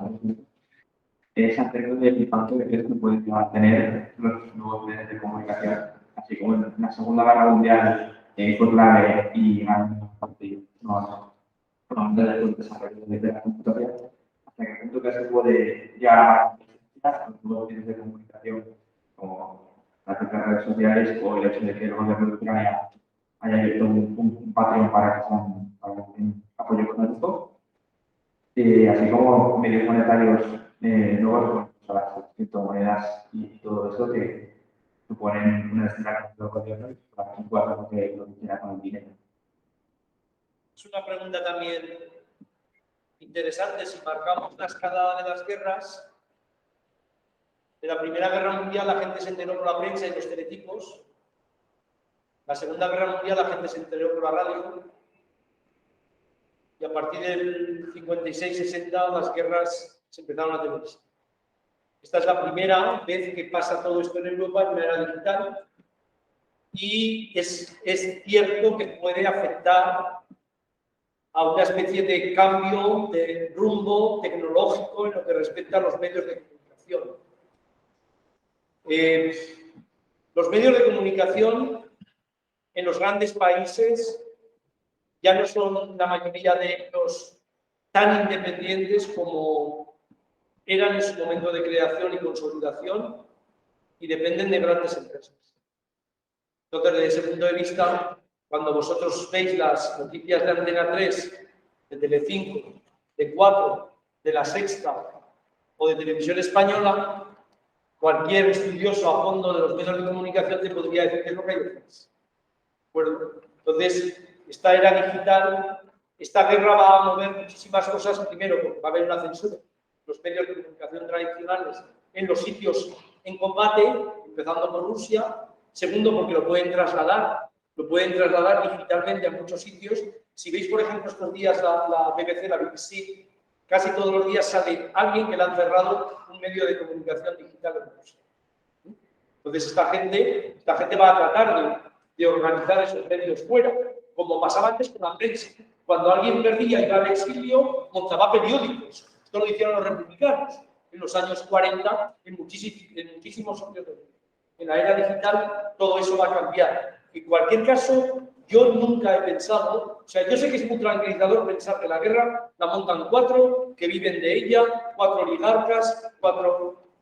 Yo he pensado que las guerras del siglo XX tienen todas apoyos, bases sociales, complicidades desde abajo importantes. Lo otro es muy tranquilizador, pero funciona para las guerras medievales y las decimonónicas. En el siglo XX las guerras necesitan legitimación, gente que las apoye, gente que se resista y es reprimida, y gente que se va al frente muy gustosamente a combatirlas. El internacionalismo proletario de la Internacional Socialista en 1914 estuvo en quiebra porque la mayor parte de los obreros de sus propios países se fueron antes a luchar por su nación y dejaron el internacionalismo. Así que las guerras traen grandes cambios, creo que va a traer un grande cambio en la era digital. Y la era digital es voluble.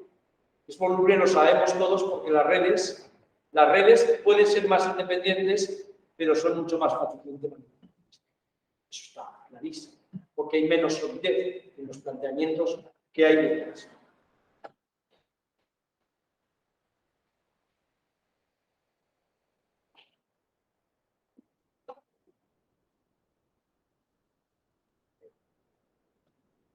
Irene. Irene.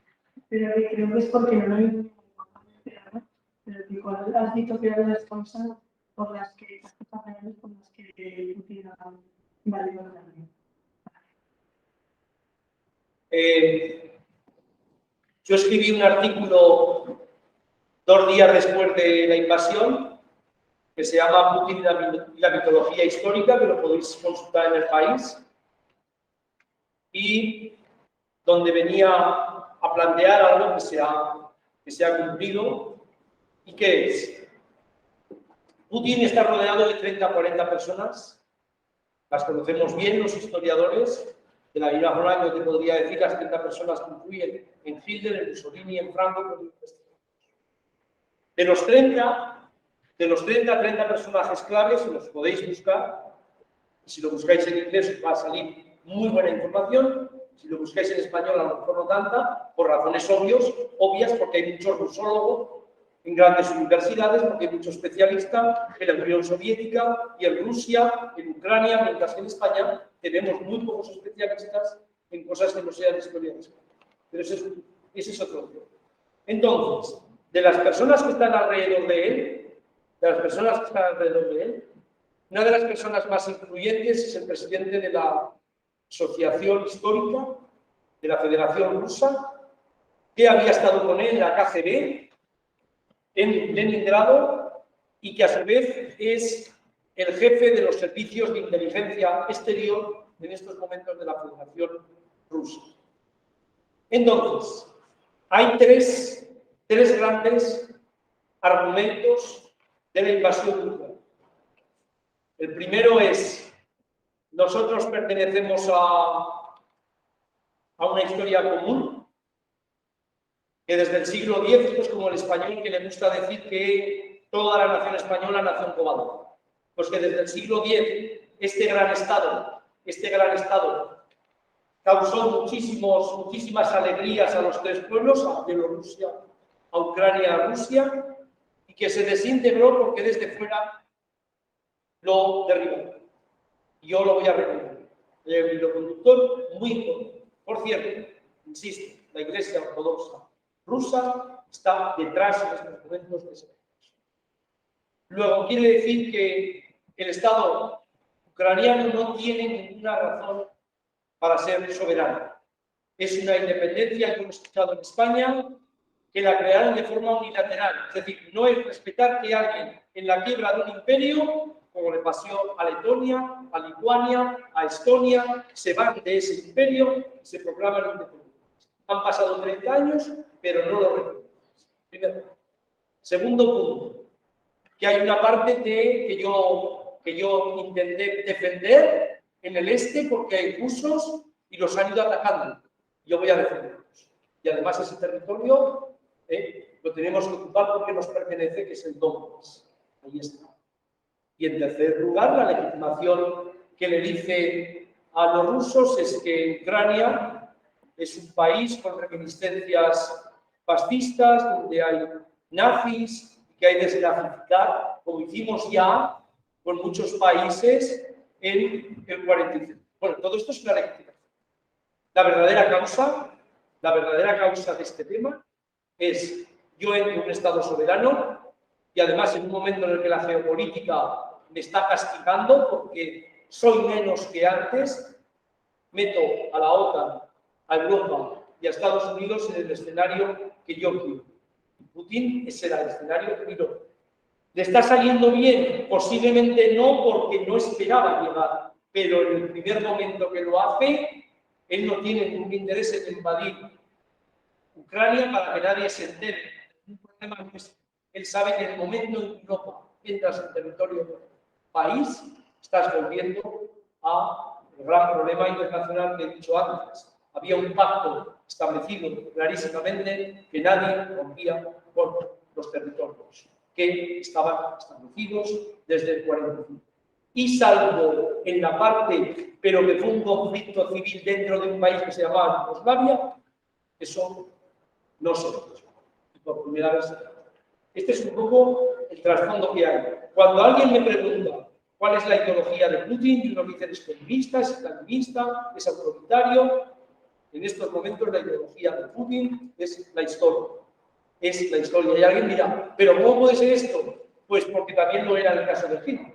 Todos los dictadores, si veis las biografías, todos los dictadores eran los grandes aficionados a leer e inventar la historia para justificar el presente. Para Stalin era Iván el Terrible Y para Putin, yo estuve en el centenario de la Revolución Rusa en un congreso internacional en Moscú, cuando se producía octubre, 100 años después, y la exposición que se dedicó a la conmemoración rusa de 100 años, comparada con el bicentenario de Francia, fue una broma, porque Putin, todo lo que sea divisivo para la sociedad no le interesa. Cree que el bolchevismo divide, cree que el discurso de la Revolución Rusa divide, que Lenin divide. Sin embargo, Stalin, yo silencio la parte más oscura de Stalin, que mató a media humanidad a su alrededor, y pongo a Stalin como el gran héroe que luchó, derrotó desde Stalingrado hasta Berlín a los nazis y a la Alemania nazi. Y entonces cambio las conmemoraciones, cambio las fiestas. Si ahora vas a Rusia, la conmemoración no es celebrar la revolución, sino que es conmemorar la gran batalla contra los nazis, ¿no? Todo esto, evidentemente, está modificado. Así que él hace un culto a la memoria histórica, la inventa, y en nombre de esa historia domina, como también pasa en democracias, que la gente inventa las tradiciones, domina los cultos, las memorias. ¿Lo ves? Nosotros teníamos con Franco una fiesta nacional que era el 18 de junio, que conmemoraba un golpe de Estado. Y ahora la fiesta civil nacional nuestra es el día en que se aprobó la Constitución. Todo esto que no tiene, parece que son símbolos, cuando acaban consolidándose son legados culturales. Y dicen mucho de los países. ¿Qué celebraba usted? ¿Un golpe de Estado? Durante 40 años, ya me imagino lo que era. ¿Qué celebra usted? ¿Una constitución que le interesa? Es muy diferente a una batalla. Cuando tú celebras en la historia batallas y les das un carácter conmemorativo o festivo, son muy diferentes a cuando tú celebras, por ejemplo, una independencia. Por poner ejemplo.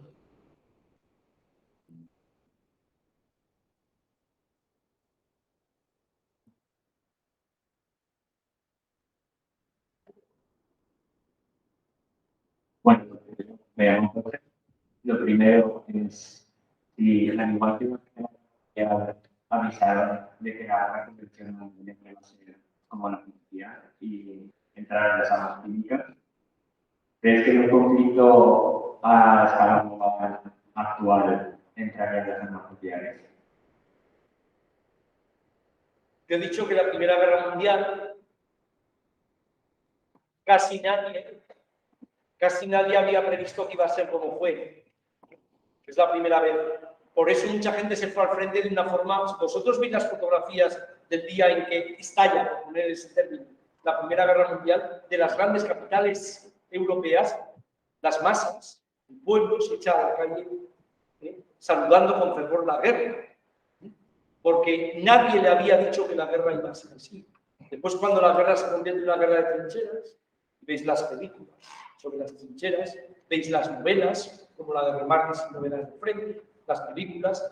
¿Cuál fue la última en la que se ve muy bien esto? 1917, ¿no? Es una película muy reciente, se ve perfectamente esto. Entonces aparece toda esa parte. Ahora se sabe.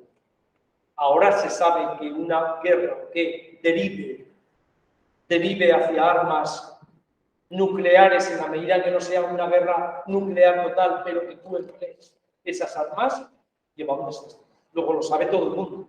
En el 14 no lo sabía. Porque está, insisto, esto ya es la amenaza en los años 50, en los años 60. La Guerra Fría está montada en eso, ¿no? Con Cuba, con los misiles, con Vietnam. Todo el mundo sabe eso. Pero todas esas guerras han logrado salvar las cosas. Entonces yo creo que ahora lo que está en riesgo es que alguien quiera llevarse por delante más cosas de las que se deberían llevar en un momento de yo espero que no, pero hoy nadie es inconsciente de que esto sería un desastre. ¿Cómo lo contarán en el futuro? Ya veremos. Ojalá lo contemos.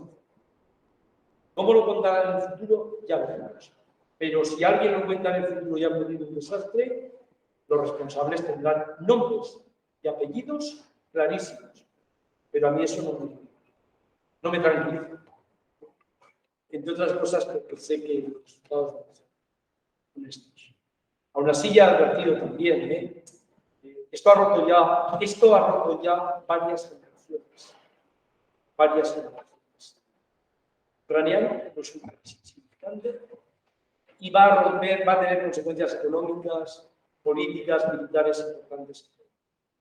Y todo porque alguien, en un momento determinado, empezó todo eso. Y la gente dice, hombre, esto es una cosa de película, ¿no?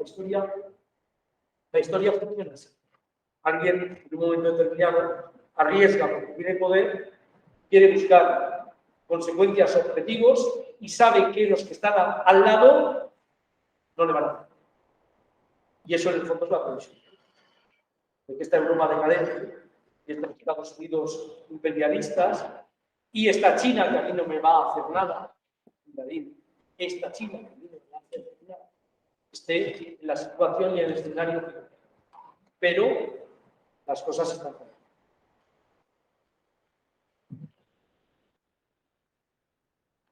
Hola, mi nombre es Sonia y con toda la conversación me pregunta es ¿qué podemos hacer los que estamos más abajo que no podemos ni votar con la situación?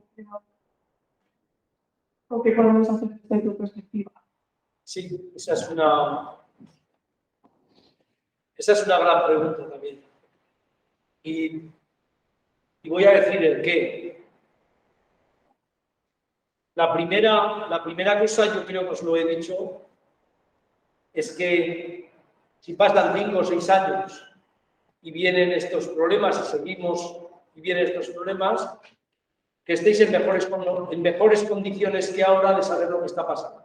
Luego yo os invito, yo ya sé que la vida es muy importante, buscar una carrera, una salida, divertirse, pero el mundo vuestro tiene que ser también un mundo de preocupación. Yo creo que la persona que hace la carrera universitaria es un privilegiado, respecto a muchísimo.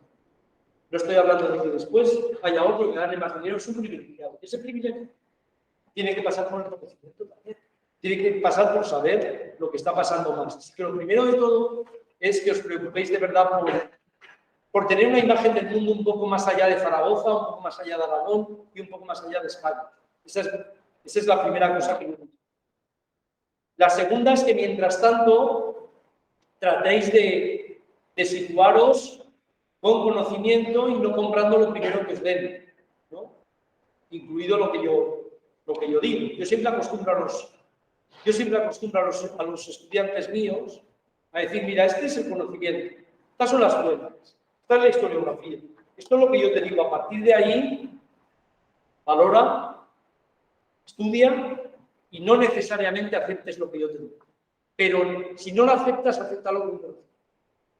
Acéptalo debatiendo y rebatiendo con conocimiento.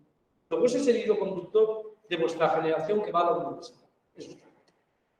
A partir de ahí, yo creo que yo me interesaría, pero no por la política en plan militante, pero a mí no, yo no me dejaría que nuestra generación creciendo alguien me diera siempre las cosas y yo mientras tanto me dedicara a vivir. Yo no lo haría, porque eso, cuando ha pasado en la historia, la generación esa sufre las consecuencias. Es decir, está clarísimo que creo que vosotros habéis nacido en un país donde las libertades de expresión, las libertades generales, el acceso a la educación, el acceso son valores que tenéis que cuidarlos. Y saber que al cuidarlos hay que luchar contra la corrupción, hay que luchar en favor de la transparencia, hay que luchar por valores de esos, y eso lo tenéis que tener, evidentemente. No podéis votar, pero vais a votar muy pronto. Votando no vais a decidir si la política os gusta de un lado o de otro. Lo que estoy diciendo es que seáis unos ciudadanos comprometidos, ¿no?, con estas sociedades. La conclusión, yo lo tengo muy claro. La conclusión es que a la gente que menos conocimiento tiene y a la gente que menos se preocupa de esto, más a manejar. Y después se quejan los bares. Se quejan en los bares. Pero en realidad ha puesto pocos medios para que todo esto cambie. Ahora, esto es inabarcable para vosotros, para mí, para vosotros. Esto no es una cosa, esto es un movimiento sísmico. Entonces, como es un movimiento sísmico, hay que esperar con paciencia que no pase a la siguiente fase. Pero yo he venido aquí Yo tenía muchas cosas que hacer hoy.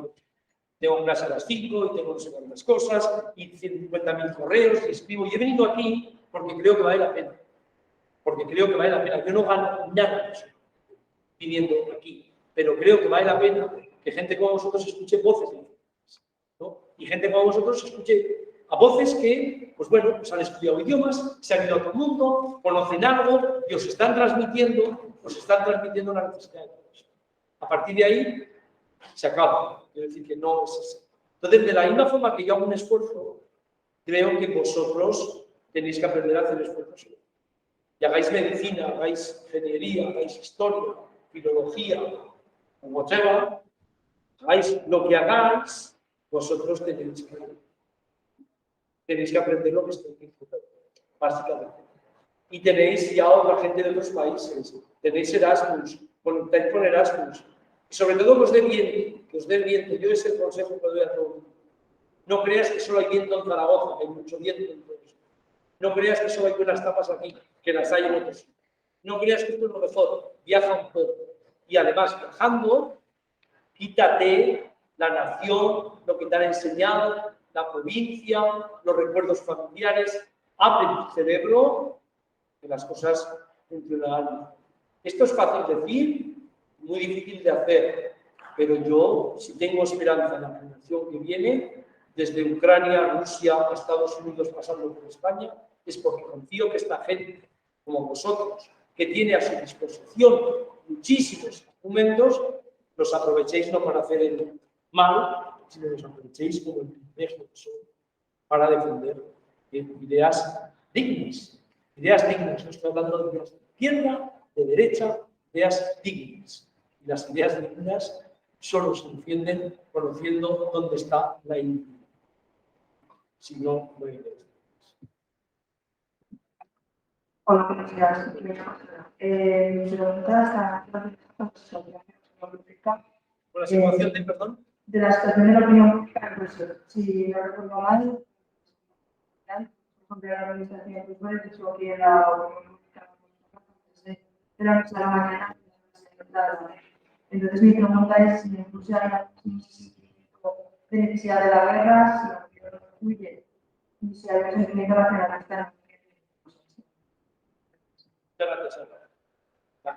Si conoces, Sara, si conoces o estás en contacto con rusos en España, si alguna vez los conoces, verás que llaman a su, esto te lo puedo decir con firme conocimiento, están llamando a sus familias en Rusia y cuando pueden, y les están diciendo, oye, que esto, y desde ahí les dicen, no, esto es un montaje occidental, esto no es cierto.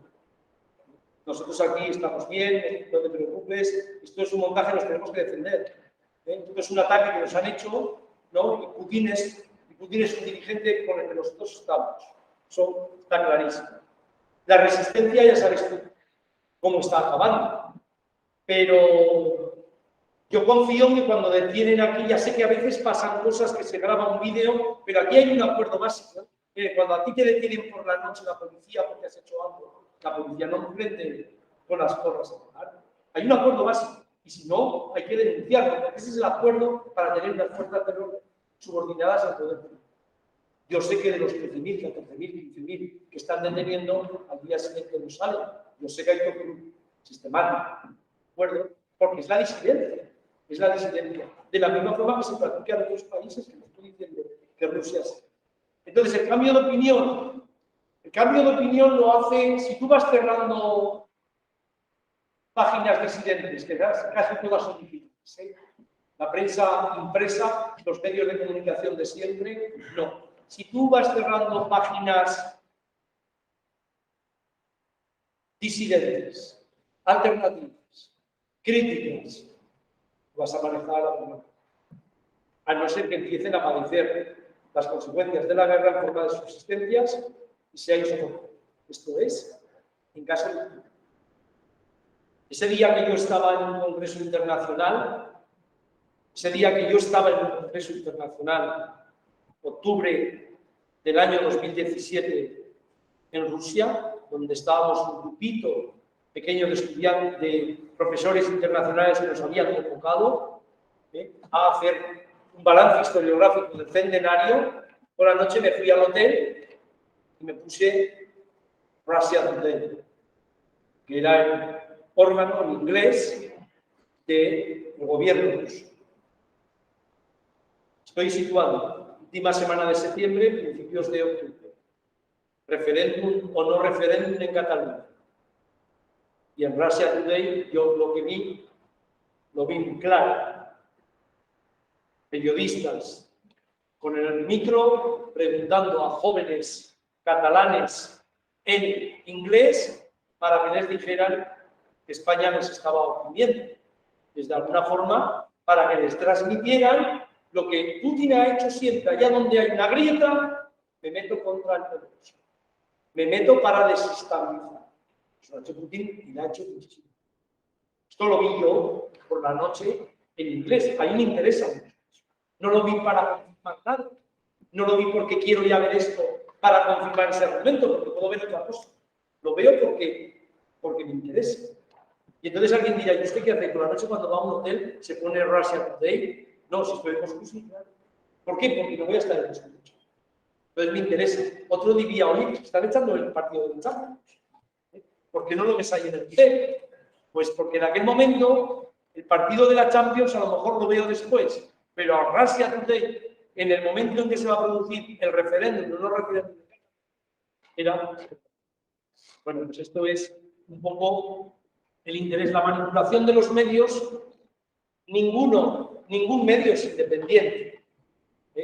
Ningún medio es independiente, pero los medios que son un poquito independientes te dejan capacidad para que tú digas, ya sé que no eres independiente, pero te leo. Mientras que los medios que no son independientes, lo que quieren es que los leas de forma ortodoxa. Y que el que no piensa como tú, no lea eso porque evidentemente estás fuera. Creo que la propaganda y los medios de comunicación en guerra hacen muchísimo. Tristemente, no van a desempeñar un papel de...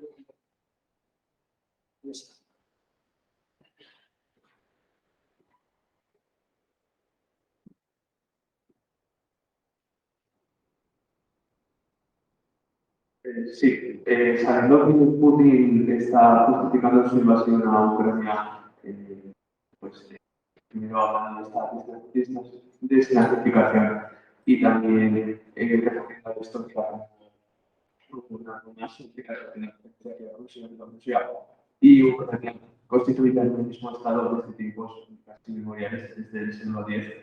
¿Usted cree que Putin estaría dispuesto a hacer lo que hizo Rusia en Chechenia, con la destrucción de Prussia en el 95, o estaría dispuesto a reducir Kiev bajo tiras de sus grandes cenizas, como hizo en Chechenia? Muchas gracias.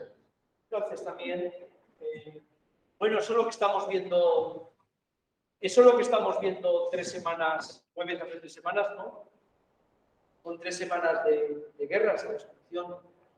No lo sé.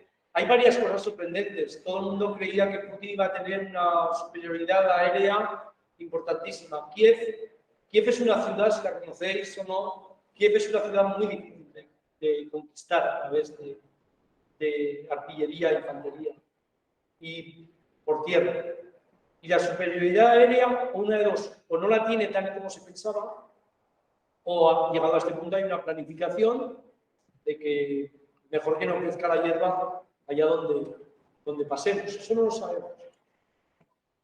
Sobre la guerra civil española, ya os lo digo por la selectividad, hay un debate sobre si Franco quiso una guerra larga para no dejar a nadie detrás que se levantara y desesperaba a Italia, que quería una guerra célere, o la guerra relámpago de los alemanes, o no pudo ganar antes la guerra y no la prolongó de forma voluntaria o para llegar a sus objetivos.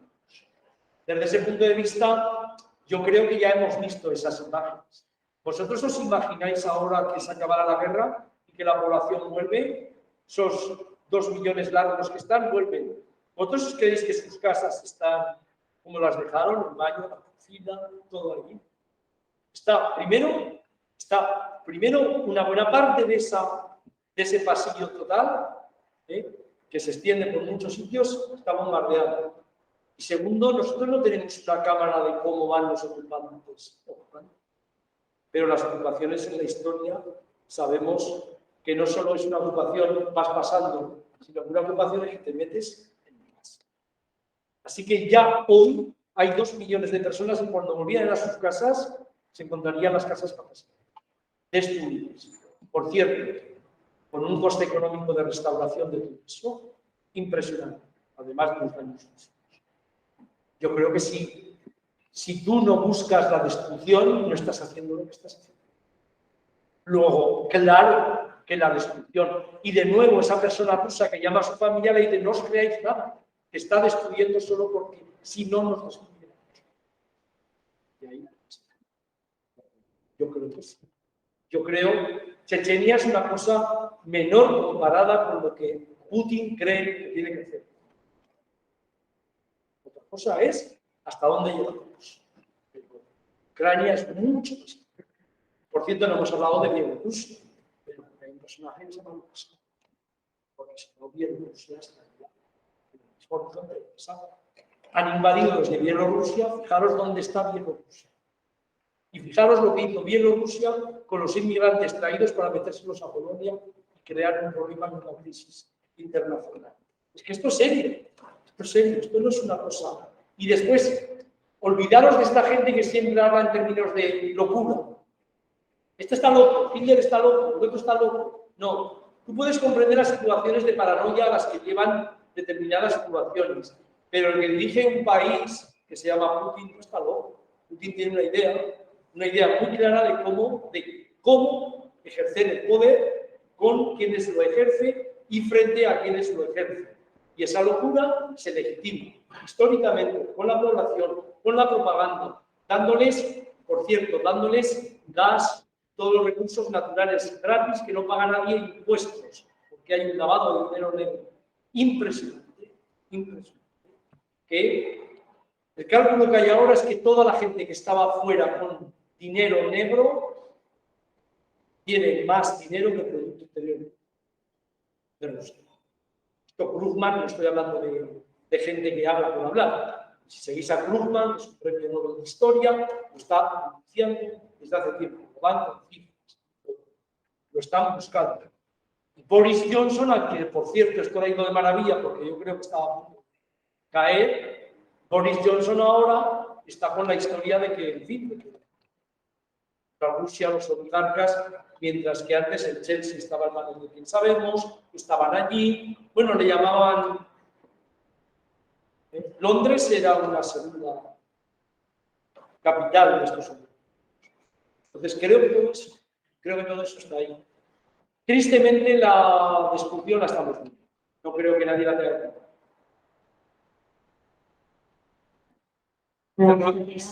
¿Vamos cerrando ya? Pues me gustaría comentar la destrucción la estamos viendo.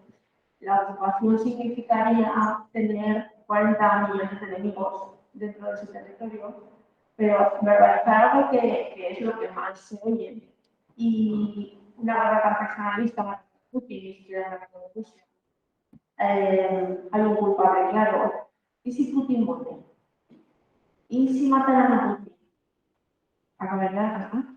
Lo envenenan como envenenan a otros. No, yo creo, vamos a ver si Putin es una parte de esto, pero la élite, el establishment intelectual, oligárquico, político ruso piensa lo mismo.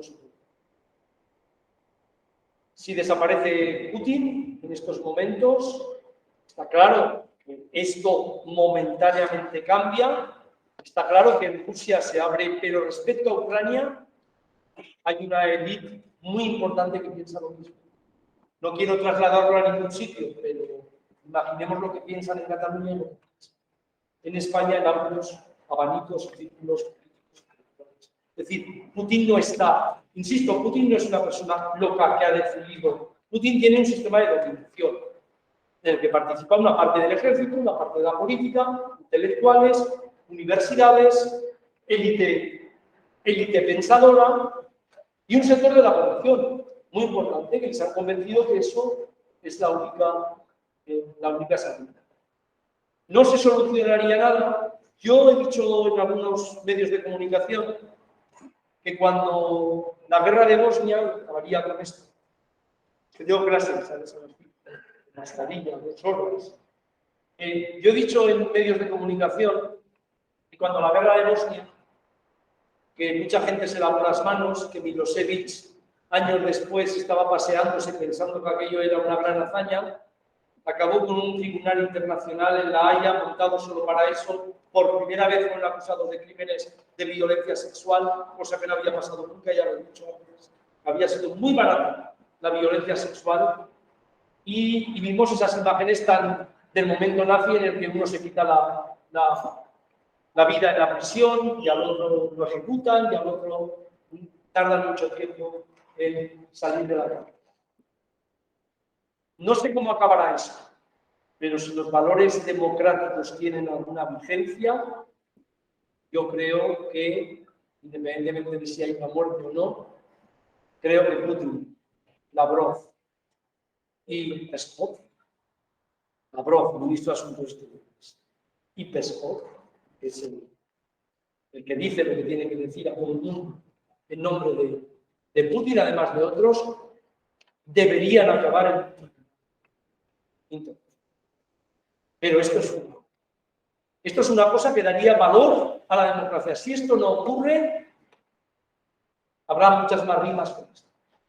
Si esto ocurre, pero esto sería un gran triunfo que ahora no lo veo, o sea, yo no lo veo ahí, detrás. Pero insisto, si veis también la prensa y los medios de comunicación y lo que pasó después de que Bosnia, Croacia,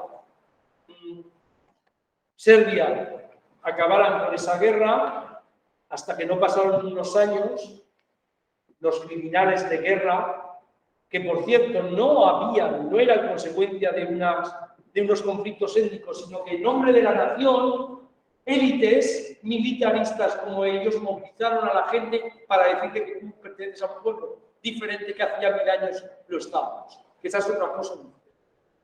La consecuencia la provocas tú, no es la causa. Bueno, pues toda esta gente durante 4 o 5 años estaba paseando por el mundo y acabaron en un mundo. Pero es tan difícil todo lo que estamos diciendo que espero que primero tengáis la seguridad, sin ningún problema, que salgáis adelante y que podamos hablar muchísimo tiempo de este caso. En cualquier caso, muchísimas gracias por vuestra atención, como he dicho antes. Muchísima suerte con todos vosotros.